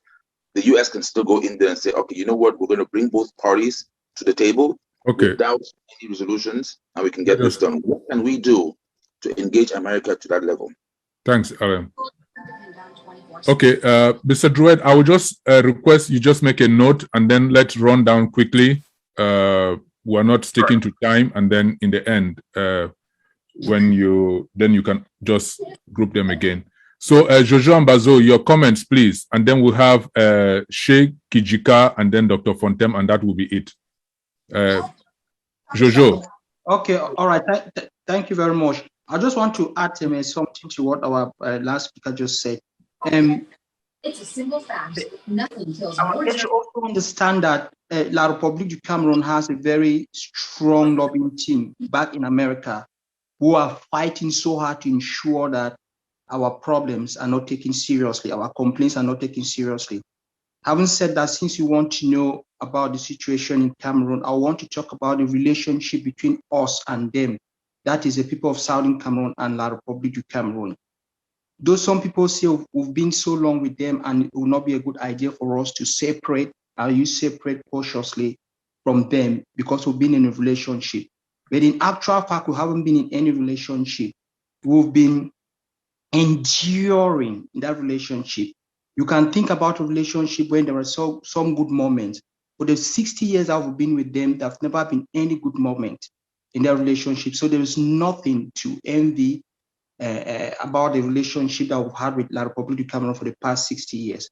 Then since this war began 5 years ago, not a single Francophone has been shot, even accidentally, meaning their military, that is the colonial forces in Ambazonia, are targeting our people. So these are some of the things, the little things that needs to be understood. So this brings me to the prescription of the international community of federation and confederation. If you have this type of relationship, a relationship that is built on distrust, they do not trust us and we do not trust them. How do we manage to establish any form of relationship with a group of people that we do not trust, with the people that do not understand the concept of power devolution, with the people who claim ownership over us? They claim that they own us. So it's important that you know some of these things, because that is their concept. According to them, they own us. And because they own us, we have to obey them regardless of anything that they do to us. So I'll just keep it there so that our other comrades can speak. Thank you very much. Thank you very much, Jojo, for sticking to time. Thank you. Shea, Kijika, and then Dr. Fontem, and then that will be it for this. And we'll have Mr. Druet and Professor Anyangwe have the last words for this discussion. Shea? Yes, thanks very much again. Mr. Druet, please let me go a little bit deeper for your better understanding what the situation is. Since 1961, we've been a British trusteeship, and we went into a federal agreement with La République, meaning maintaining our own self-governing institutes and everything. So what happened immediately was the occupation of our country, and following up was the assimilation. I mean, I could continue with all the atrocity been done on us. The Amazonians never went to La République and caused such atrocities there. The only thing is we do defend ourselves. You need to understand that. And that is to be followed up within all the United Nations documentations about the process. That is the truth. And therefore, okay, some atrocities have been done on our soil as well against the occupier in order to free ourselves. I just wanted to clarify that a bit because Yamagi said something about a minority. We are not a minority. We are a sovereign country. That's how we look at ourselves. And we are about to free ourselves. That was what I wanted you to understand. Thanks very much. Thanks. Thanks, Shea, for that added information for Mr. Druet's benefit. We will take the last intervention now from Dr. Fontem. Dr. Fontem, if you want to go ahead, we'll keep it brief, then Mr. Druet and Prof would have the last say for the last 10-15 minutes of today's segment. So Dr. Fontem, go ahead. Thank you very much, Mr. Moderator and Mr. Dirk Druet. Thanks again for your sacrifice of time and effort. Although there seems to be some stated rules or procedures on the way the UN system functions, there is obviously a system of loopholes.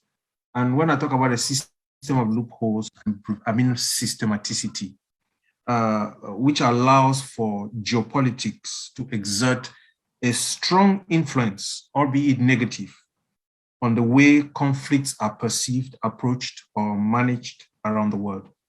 The margin of prevention is often so elastic that the civilian casualties generally split the raison d'etre of the UN into dust. By the time the UN comes into a situation of conflict, it is usually, that situation is usually dire. And at times they never come because for the most part, they give the host country or the country they claim has sovereignty, the benefit of the doubt. They usually use such phrases as internal problem or sovereignty situation to give them the green light, a kind of green light to massacre civilians and use brute force to restore order. I want to take one very quick example that we have witnessed in Cameroon, although not in my generation, but in the generation before, and which I think is the same scenario that is playing out in the case of Southern Cameroons. During the Liberation War or the War of Independence of Southern Cameroons, which the Union de Population du Cameroun, or what they call UPC, waged against the French colonizer, the French actually fought the UPC through a proxy force, which was the Cameroon army at that time, just freshly or newly independent state, a newly independent state. And what they did was the kind of exactions that would normally stun anybody. The army beheaded people, they burned villages, they raped women, they slaughtered people and put them on the streets as a way of frightening other people and to deter them from pursuing the liberation cause. We are, even with the fight against Boko Haram, I have the privilege of having been incarcerated for a period of almost 9 months in the 2 prisons of Konengi, Central Prison and the Konengi Principal Prison, where most of the political detainees and Boko Haram fighters, supposed Boko Haram fighters, were kept. Because in that prison, I met some people who were not Boko Haram fighters. And there were people who, because the government had put a price on the number of Boko Haram fighters that are captured, forced some of the soldiers to just arrest people indiscriminately and take to prison because they needed to earn that money. So, and what we got to understand was that Cameroon government soldiers were killing businessmen, cattle herders, and collecting their money just because they were out on a spree to eliminate Boko Haram and those they thought were sponsors of Boko Haram. So it is the same scenario that is playing out in Southern Cameroon right now. The Cameroon government is burning villages, killing innocent civilians, and killing people they think, getting rid of anybody they would want to get rid of and put it under the bracket or within the bracket of the fight against secessionism. So, on the basis of these things that I am saying, on the basis of the foregoing, liberation groups and those seeking freedom usually have no choice but to fight violence, with a high consequence or high incidence on that you would imagine on the innocent bystanders or the civilian population. Because right now, for a people who started protesting with branches, at some point had to reach for traditional guns, which were used for ceremonies. These were guns that were not even used for hunting. Because of the desperate situation in which they found themselves and the instinct to survive, they had to now transform these ceremonial guns into lethal weapons. And today they have AK-47s and Kalashnikovs. So that is where the United Nations finds itself. There are mechanisms of conflict prevention and those structures that can prevent a bad situation from getting worse are not often activated on time. That's just my contribution. Thank you. Thank you. Thank you, Dr. Fontaine. Mr. Druet, I don't know if you have any interventions. I think there were 1 or 2 questions. Then we would have Professor Anyangwe to add anything you may want to know further that may not have been answered during this discussion, and then we'll come back to you for the last word. All right. Thank you, Dr. Fontaine. I'm sorry. Thank you, Atto, I should say. And thank you, though, to everyone who made an intervention just now for explaining the situation a little more. It's a privilege to learn directly from you about it. And it was also, I appreciated learning from Dr. Alam a little bit about the diplomatic lay of the land. Maybe just to pick up on something that Dr. Fontam said, you said that the UN has a system of loopholes which allows geopolitics to insert itself. I might flip that a little bit to say that, really the UN is founded on geopolitical realities, I think, and the systems that have grown over time somehow try to constrain or change it, but the reality is that geopolitics is deep within the way the UN works, and if that wasn't the case, there wouldn't be vetoes at the Security Council. And I think it is worthwhile to sort of acknowledge that reality, because it affects how we consider what messages we should be putting at the Security Council when trying to have action, trying to motivate action. And I think it means that the important exercise, the important challenge that faces communities trying to motivate action is to really make the case that the situation not only is unjust, be that as it may, but also that it presents a real threat to stability. And I think what is so frustrating about the state of early warning and early response right now in the international community is that you can make that case very strongly. I mean, in the case of Cameroon, of course, it's not a question of whether there will be a leadership transition. Of course, there will be one inevitably, and how to convince the international community that without intervention now, the situation later could be much more serious. That is, I think, the challenge. In terms of doing that vis-a-vis the United States, one thing I personally, as a Canadian, would like to see a lot more is engagement by countries like Canada and Norway.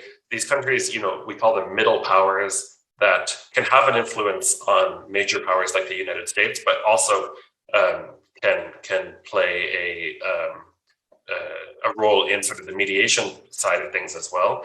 Of course, Canada has a of course not identical history, but has some experience with both the French and English systems of governance coexisting or finding ways to coexist. And anyway, just to say that I would like to see a much more active engagement by countries like Canada in the situation. And when you think of groups of friends, that might be an interesting place to begin. But otherwise, just to express my thanks really for sharing more of the details of the situation with me, and I really appreciate learning. Mr. Druet, did you? I don't know if you know about Dr. Chris Roberts. He's up in Canada, in Alberta. He's very focused and interested in what's going on in Cameroon. We could definitely put you in touch with him, and you could, whatever you can do, you and him can do to get the Canadian government more involved. We would appreciate that, but we would talk about that behind the scenes. Yes, Dr. Chris Roberts has a very deep interest in what's going on in Cameroon, and he's been to the town hall several times. So he's a friend of ours too. Mr. Moderator, not to cut you, there is the Canadians for Peace in Cameroon, which is actually Dr. Roberts is part of. Then there is a few people at the University of Toronto, and quite a few. It's quite a large community. So, okay. Yes, so we'll follow up with Mr. Druet behind the scenes. Mr. Druet, before you leave us, I don't know if you have any other questions, anything that was not answered, and we would like Professor Carlson Anyangwe to handle that for us. That's somebody too we would like to put you in touch. He's our encyclopedia when it comes to the history and legal arguments in Cameroon. So if you have anything you want to direct to Professor Anyangwe, then he would have the last word from Southern Cameroonians, and then you would say the goodbyes for today. Sure. Well, thank you. perhaps I don't believe Professor Anyangwe has made an intervention since our discussion on this part of the discussion started. So I would be very interested in his reflection on that question of what works so far.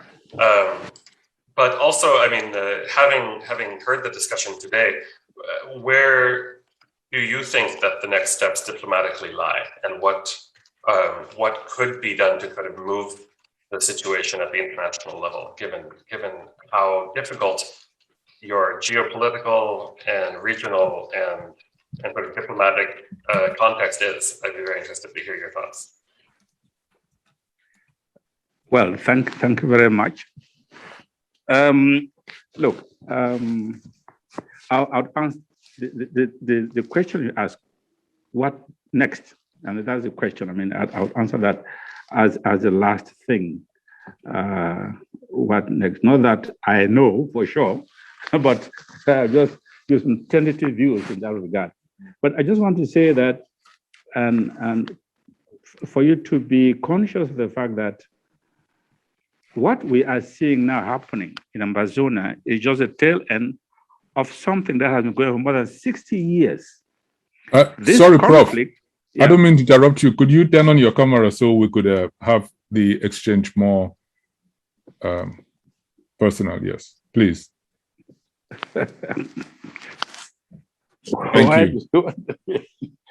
I don't think that aspect No, of it was if you're not in a comfortable position, that's fine.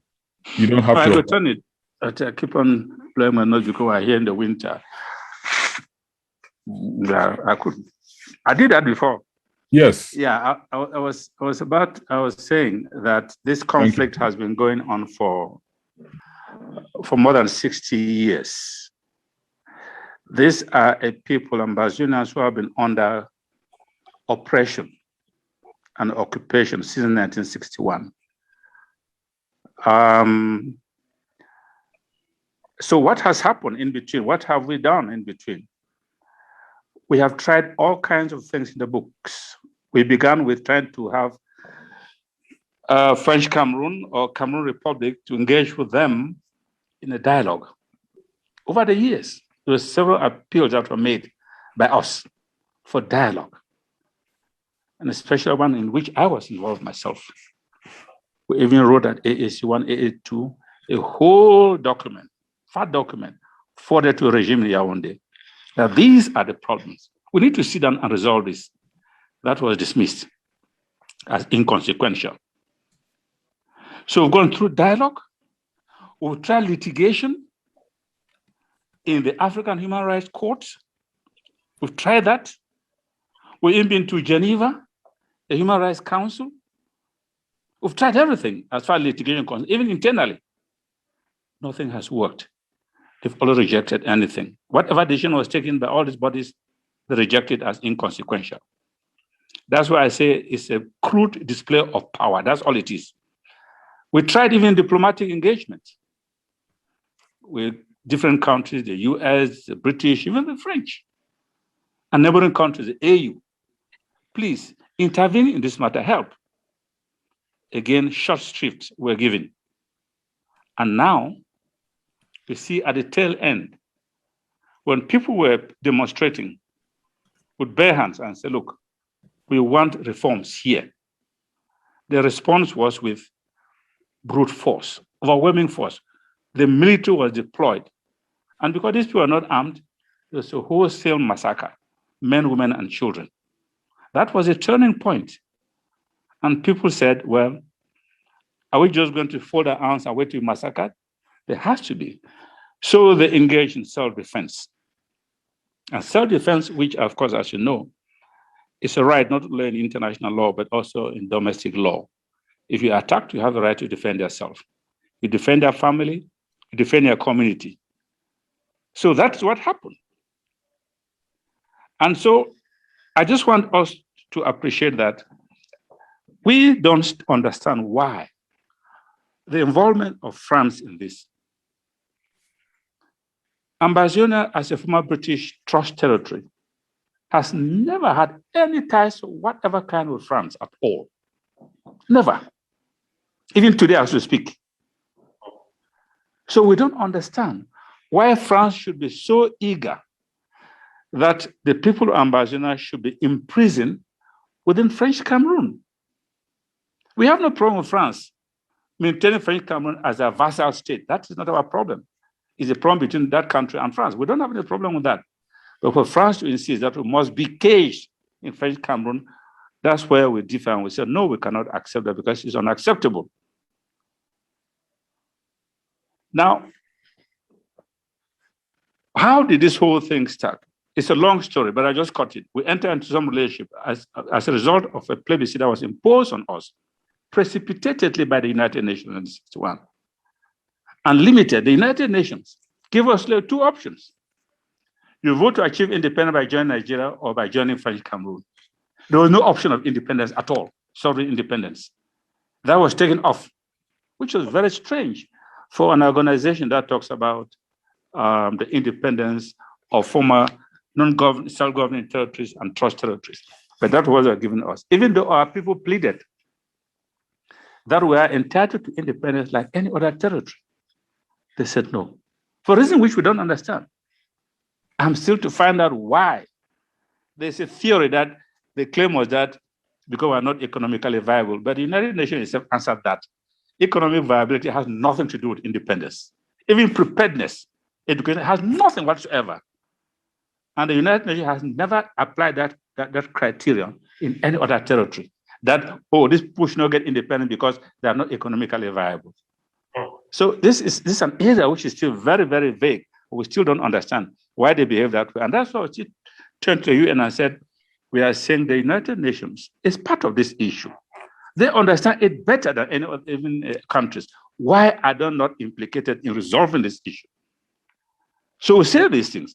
So in that context, the people finding themselves between fire and the blue sea said, okay, fine. We'll vote to join French Cameroon. And the meaning that was assigned to joining meant to federate with French Cameroon. The British government had that understanding. The United Nations had that understanding. Exactly the same like Ethiopia and Eritrea. And whoever talks about federation talks about two federating states living side by side with an overarching government. Now, this federation we're talking about is not the same as where one country decides to devolve power to the periphery and make them federated states. No, that's not what it was. Well, this is an aggregative federation where two separate, distinct territories decide to come together and form a federation. And that's how it was from 61 to 72. In 72, the leadership of French Cameroon, that was in control, that has already been dominating, decided to despotically abolish the federation. That's where things just became worse. And the condition of the people of Ambazina worsened. And that's for the first time you had the concept of a minority that comes in. They started referring to them as a minority. And I've said, how do you talk about a minority in the country? I've never heard the French refer to the people of Alsace and Lorraine that they are a minority. I've never heard the French refer to the people in Corsica that they are a minority. Why should we then become a minority in their eyes?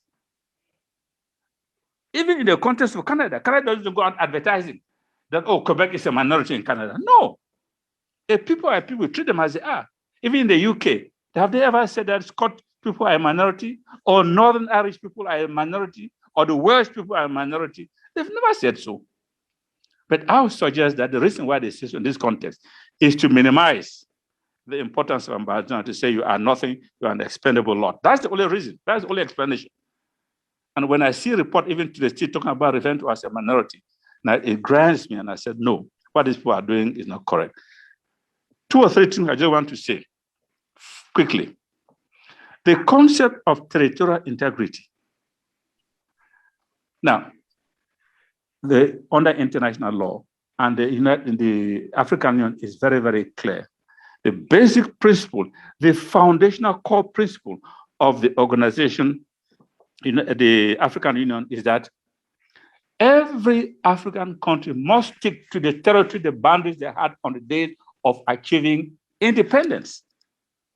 Because if you remove that principle, then the whole continent will just go completely unstable. And that was accepted by African leaders since 1964, that we agree that we must stick to the boundaries we inherited at the time of independence, what is now called the principle of intangibility of frontiers. They accept it. French Cameroon achieved independence, we keep on reminding them, from France on the 1st of January, 1960. Its boundaries got frozen on that day, because Ambazonia has boundaries that are secured by boundary treaties. Treaties signed with Britain and Germany, treaties signed between Britain and France. Under international law, you cannot shift those boundaries. They are there, you can't remove them. They're there. So we tell them, stick to your boundaries. You can't cross your boundaries and come over to Ambazonia and claim that it's your territory. Since when? How? How did you acquire title, sovereign title to Ambazonia? They're unable to say how they acquire sovereign title. Sovereign title to Ambazonia can only belong to the people of Ambazonia and no one else. So that we've tried to make them understand that the principle of intangibility of frontiers requires them to stick to our boundaries and not to step. And it's on that basis that the then Organization of African Unity told Somalia, no, you cannot cross over and try to get territory from Kenya or Ethiopia. Even though there are Somali-speaking people, you can't. Because once the boundary has been accepted, it is there. You can't lay claim to people there because you say, oh, these people there are Somalis, so we must get them wherever they are and constitute what they call the Greater Somalia. The same concept which Morocco is propounding, that they want to get. And remember, they even claim Mauritania and part of Senegal as part of Moroccan territory because they wanted to create greater. And they always say, no, you cannot do that. You can't. If we do that, the whole Africa continent is going to be destabilized. No boundary is perfect. No boundary in Africa is perfect. So we've held them onto that. They've not been able to give us any answer onto that. The second thing which you've heard, and I think you've heard that, you've read, and I hear people saying it, outside the international community knows that there's still a Cameroon, and you are part of that Cameroon. I say, hold on, how are we part of that Cameroon? And somebody will say, oh, if you look at the map shows that you are part of Cameroon. But this is a misunderstanding. The cartographical incorporation of an entity in a country is one thing. The reality on the ground is something else. Cartographers, I've not seen any cartographer who has guaranteed that the political boundaries they put on a map, that those boundaries are actually as he has indicated. There's none. In fact, there's often a disclaimer when cartographers draw a map and say, look, we are not guaranteeing anything, that the state or this thing is whatever thing it is. We are not. We are just simply doing our job as cartographers. And we know that the makers of maps have always misrepresented. You know the old ancient maps that were made in those days, how they distorted Africa, presented things and so on and so forth. We know all of that. Even up to today, if you look at the map which Cameroon is, because it's Cameroon that's issuing these maps, you will see that it has stolen a part of Ambazonian territory, especially if you look down the south. They tell that the boundary between Ambazonia is at the Mungo River. It's a lie. It is beyond the Mungo River. Fortunately for us, these boundaries were demarcated by the British and the French, and the pillars are there. So the day after independence, we just simply have these pillars, everything settled out. But it has caused a lot of problem when countries draw up maps and make misrepresentation. So these are some of the things people outside do not seem to understand until they get to have a conversation like we're having now. Then they perhaps begin to understand what we are talking about. So I come to your question, what next? This is a very big question. I have thought about this. What next? In a civilized community you have, they would have said, look, what is the whole purpose of this war? That's what Yaoundé would have asked itself. What does the war serve? 5 years down the road, we've been killing people because we still have an army. Killing. You might kill for the next 10 years. So in the end, what? We should have learned from other countries. Former Portuguese territories fought Portugal, they fought Portugal, fought until the end. After 10, 15, 20, 30 years, Portugal still had to leave. So it doesn't help. Why don't we take examples like you have the former Czechoslovakia, what they call velvet separation, which to me is a very good model, and say, look, frankly, we don't have to kill ourselves. It's not worth it. So let's go our separate ways. Even now, for me, the way forward would be for Yaoundé to come and sit on the table with Ambazonians and they work out. Because in spite of all illegalities, there's a fact situation that exists after these 50 years, over 60 years. They cannot argue that because we've been there of 60 years, this enforced occupation of 60 years, therefore must continue to enjoy it. It's like saying that once a colonial power like Portugal occupied its territory over 200-300 years, therefore the territory should just have said, okay, we're part of Portugal and leave things to fall. No. So at that point, we should be able to say, well, okay, we agree. This thing, we tried to colonize you, we tried to occupy you, it isn't. We thought we could get you over, it is not. So let's go our separate ways. Now, we settle on consequential matters. Matters that arose during this period of enforced cohabitation. There are a lot of things that happen. So how do we manage these things out? Whether they are political issues or they are financial issues or there are other cultural issues that will need to be sought out. And to me, that is all that matters. Let's sort this whole thing out. Common services and so on. So that in the end, you can live as peaceful neighbors together. Because if they continue to insist on this, what is going to happen? There is not that the ambassador is going to be free, but Yaoundé is going to be designated as a hostile neighbor, and what that implies in the end. So we don't want that. So the way forward now, we are talking about sitting down together, whether it is called negotiation or whatever things, it must be negotiation. Our problem now is to get an honest broker who can help in that process. And that is why, and I'm very happy when you refer to middle powers. That for me has always been my preference as well. Because they are not attached to this whole thing. Canada never had any colonial district. The Scandinavian countries never had any colonial territory. In fact, they themselves experienced a form of colonization from one country to another. So they are better to take a better place to take a more detached view of some of these things and look at it dispassionately than having either Britain or France, which of course I say should not be involved in the whole process at all, and manage it so that at the end we can solve this thing sooner than later. So for me, that is the way forward. And how does the UN come in? The UN come in as I see it. Because it is part of the problem, it must be a part of the solution. And there's a lot of expertise, I believe, within the United Nations system that can help both parties in this regard, and even in the post-conflict situation, reconstruction, and all of this, and so on and so forth. And that's where I see the UN coming in. But the primary responsibility must be for the two parties themselves to be able to iron out the consequential issues, the two of them, and with the help, of course, with powers, middle powers, or if you want to have even one of the big powers, helping muscular states that can help the ability to say, look, you must arrive at a solution. So that's where I see the way forward in this whole conflict. And I'll be grateful if, like my colleagues have already said, can help push some of these things so that at the end, we can constitute a group of friends, a group of friends that can help or get out of this quagmire, because it's no interest, it's not in the interest of anybody. It is not in the interest of the states in the Gulf of Guinea that this situation should get on for the next 2, 3, 4, 5 years. It will just make matters worse. Thank you.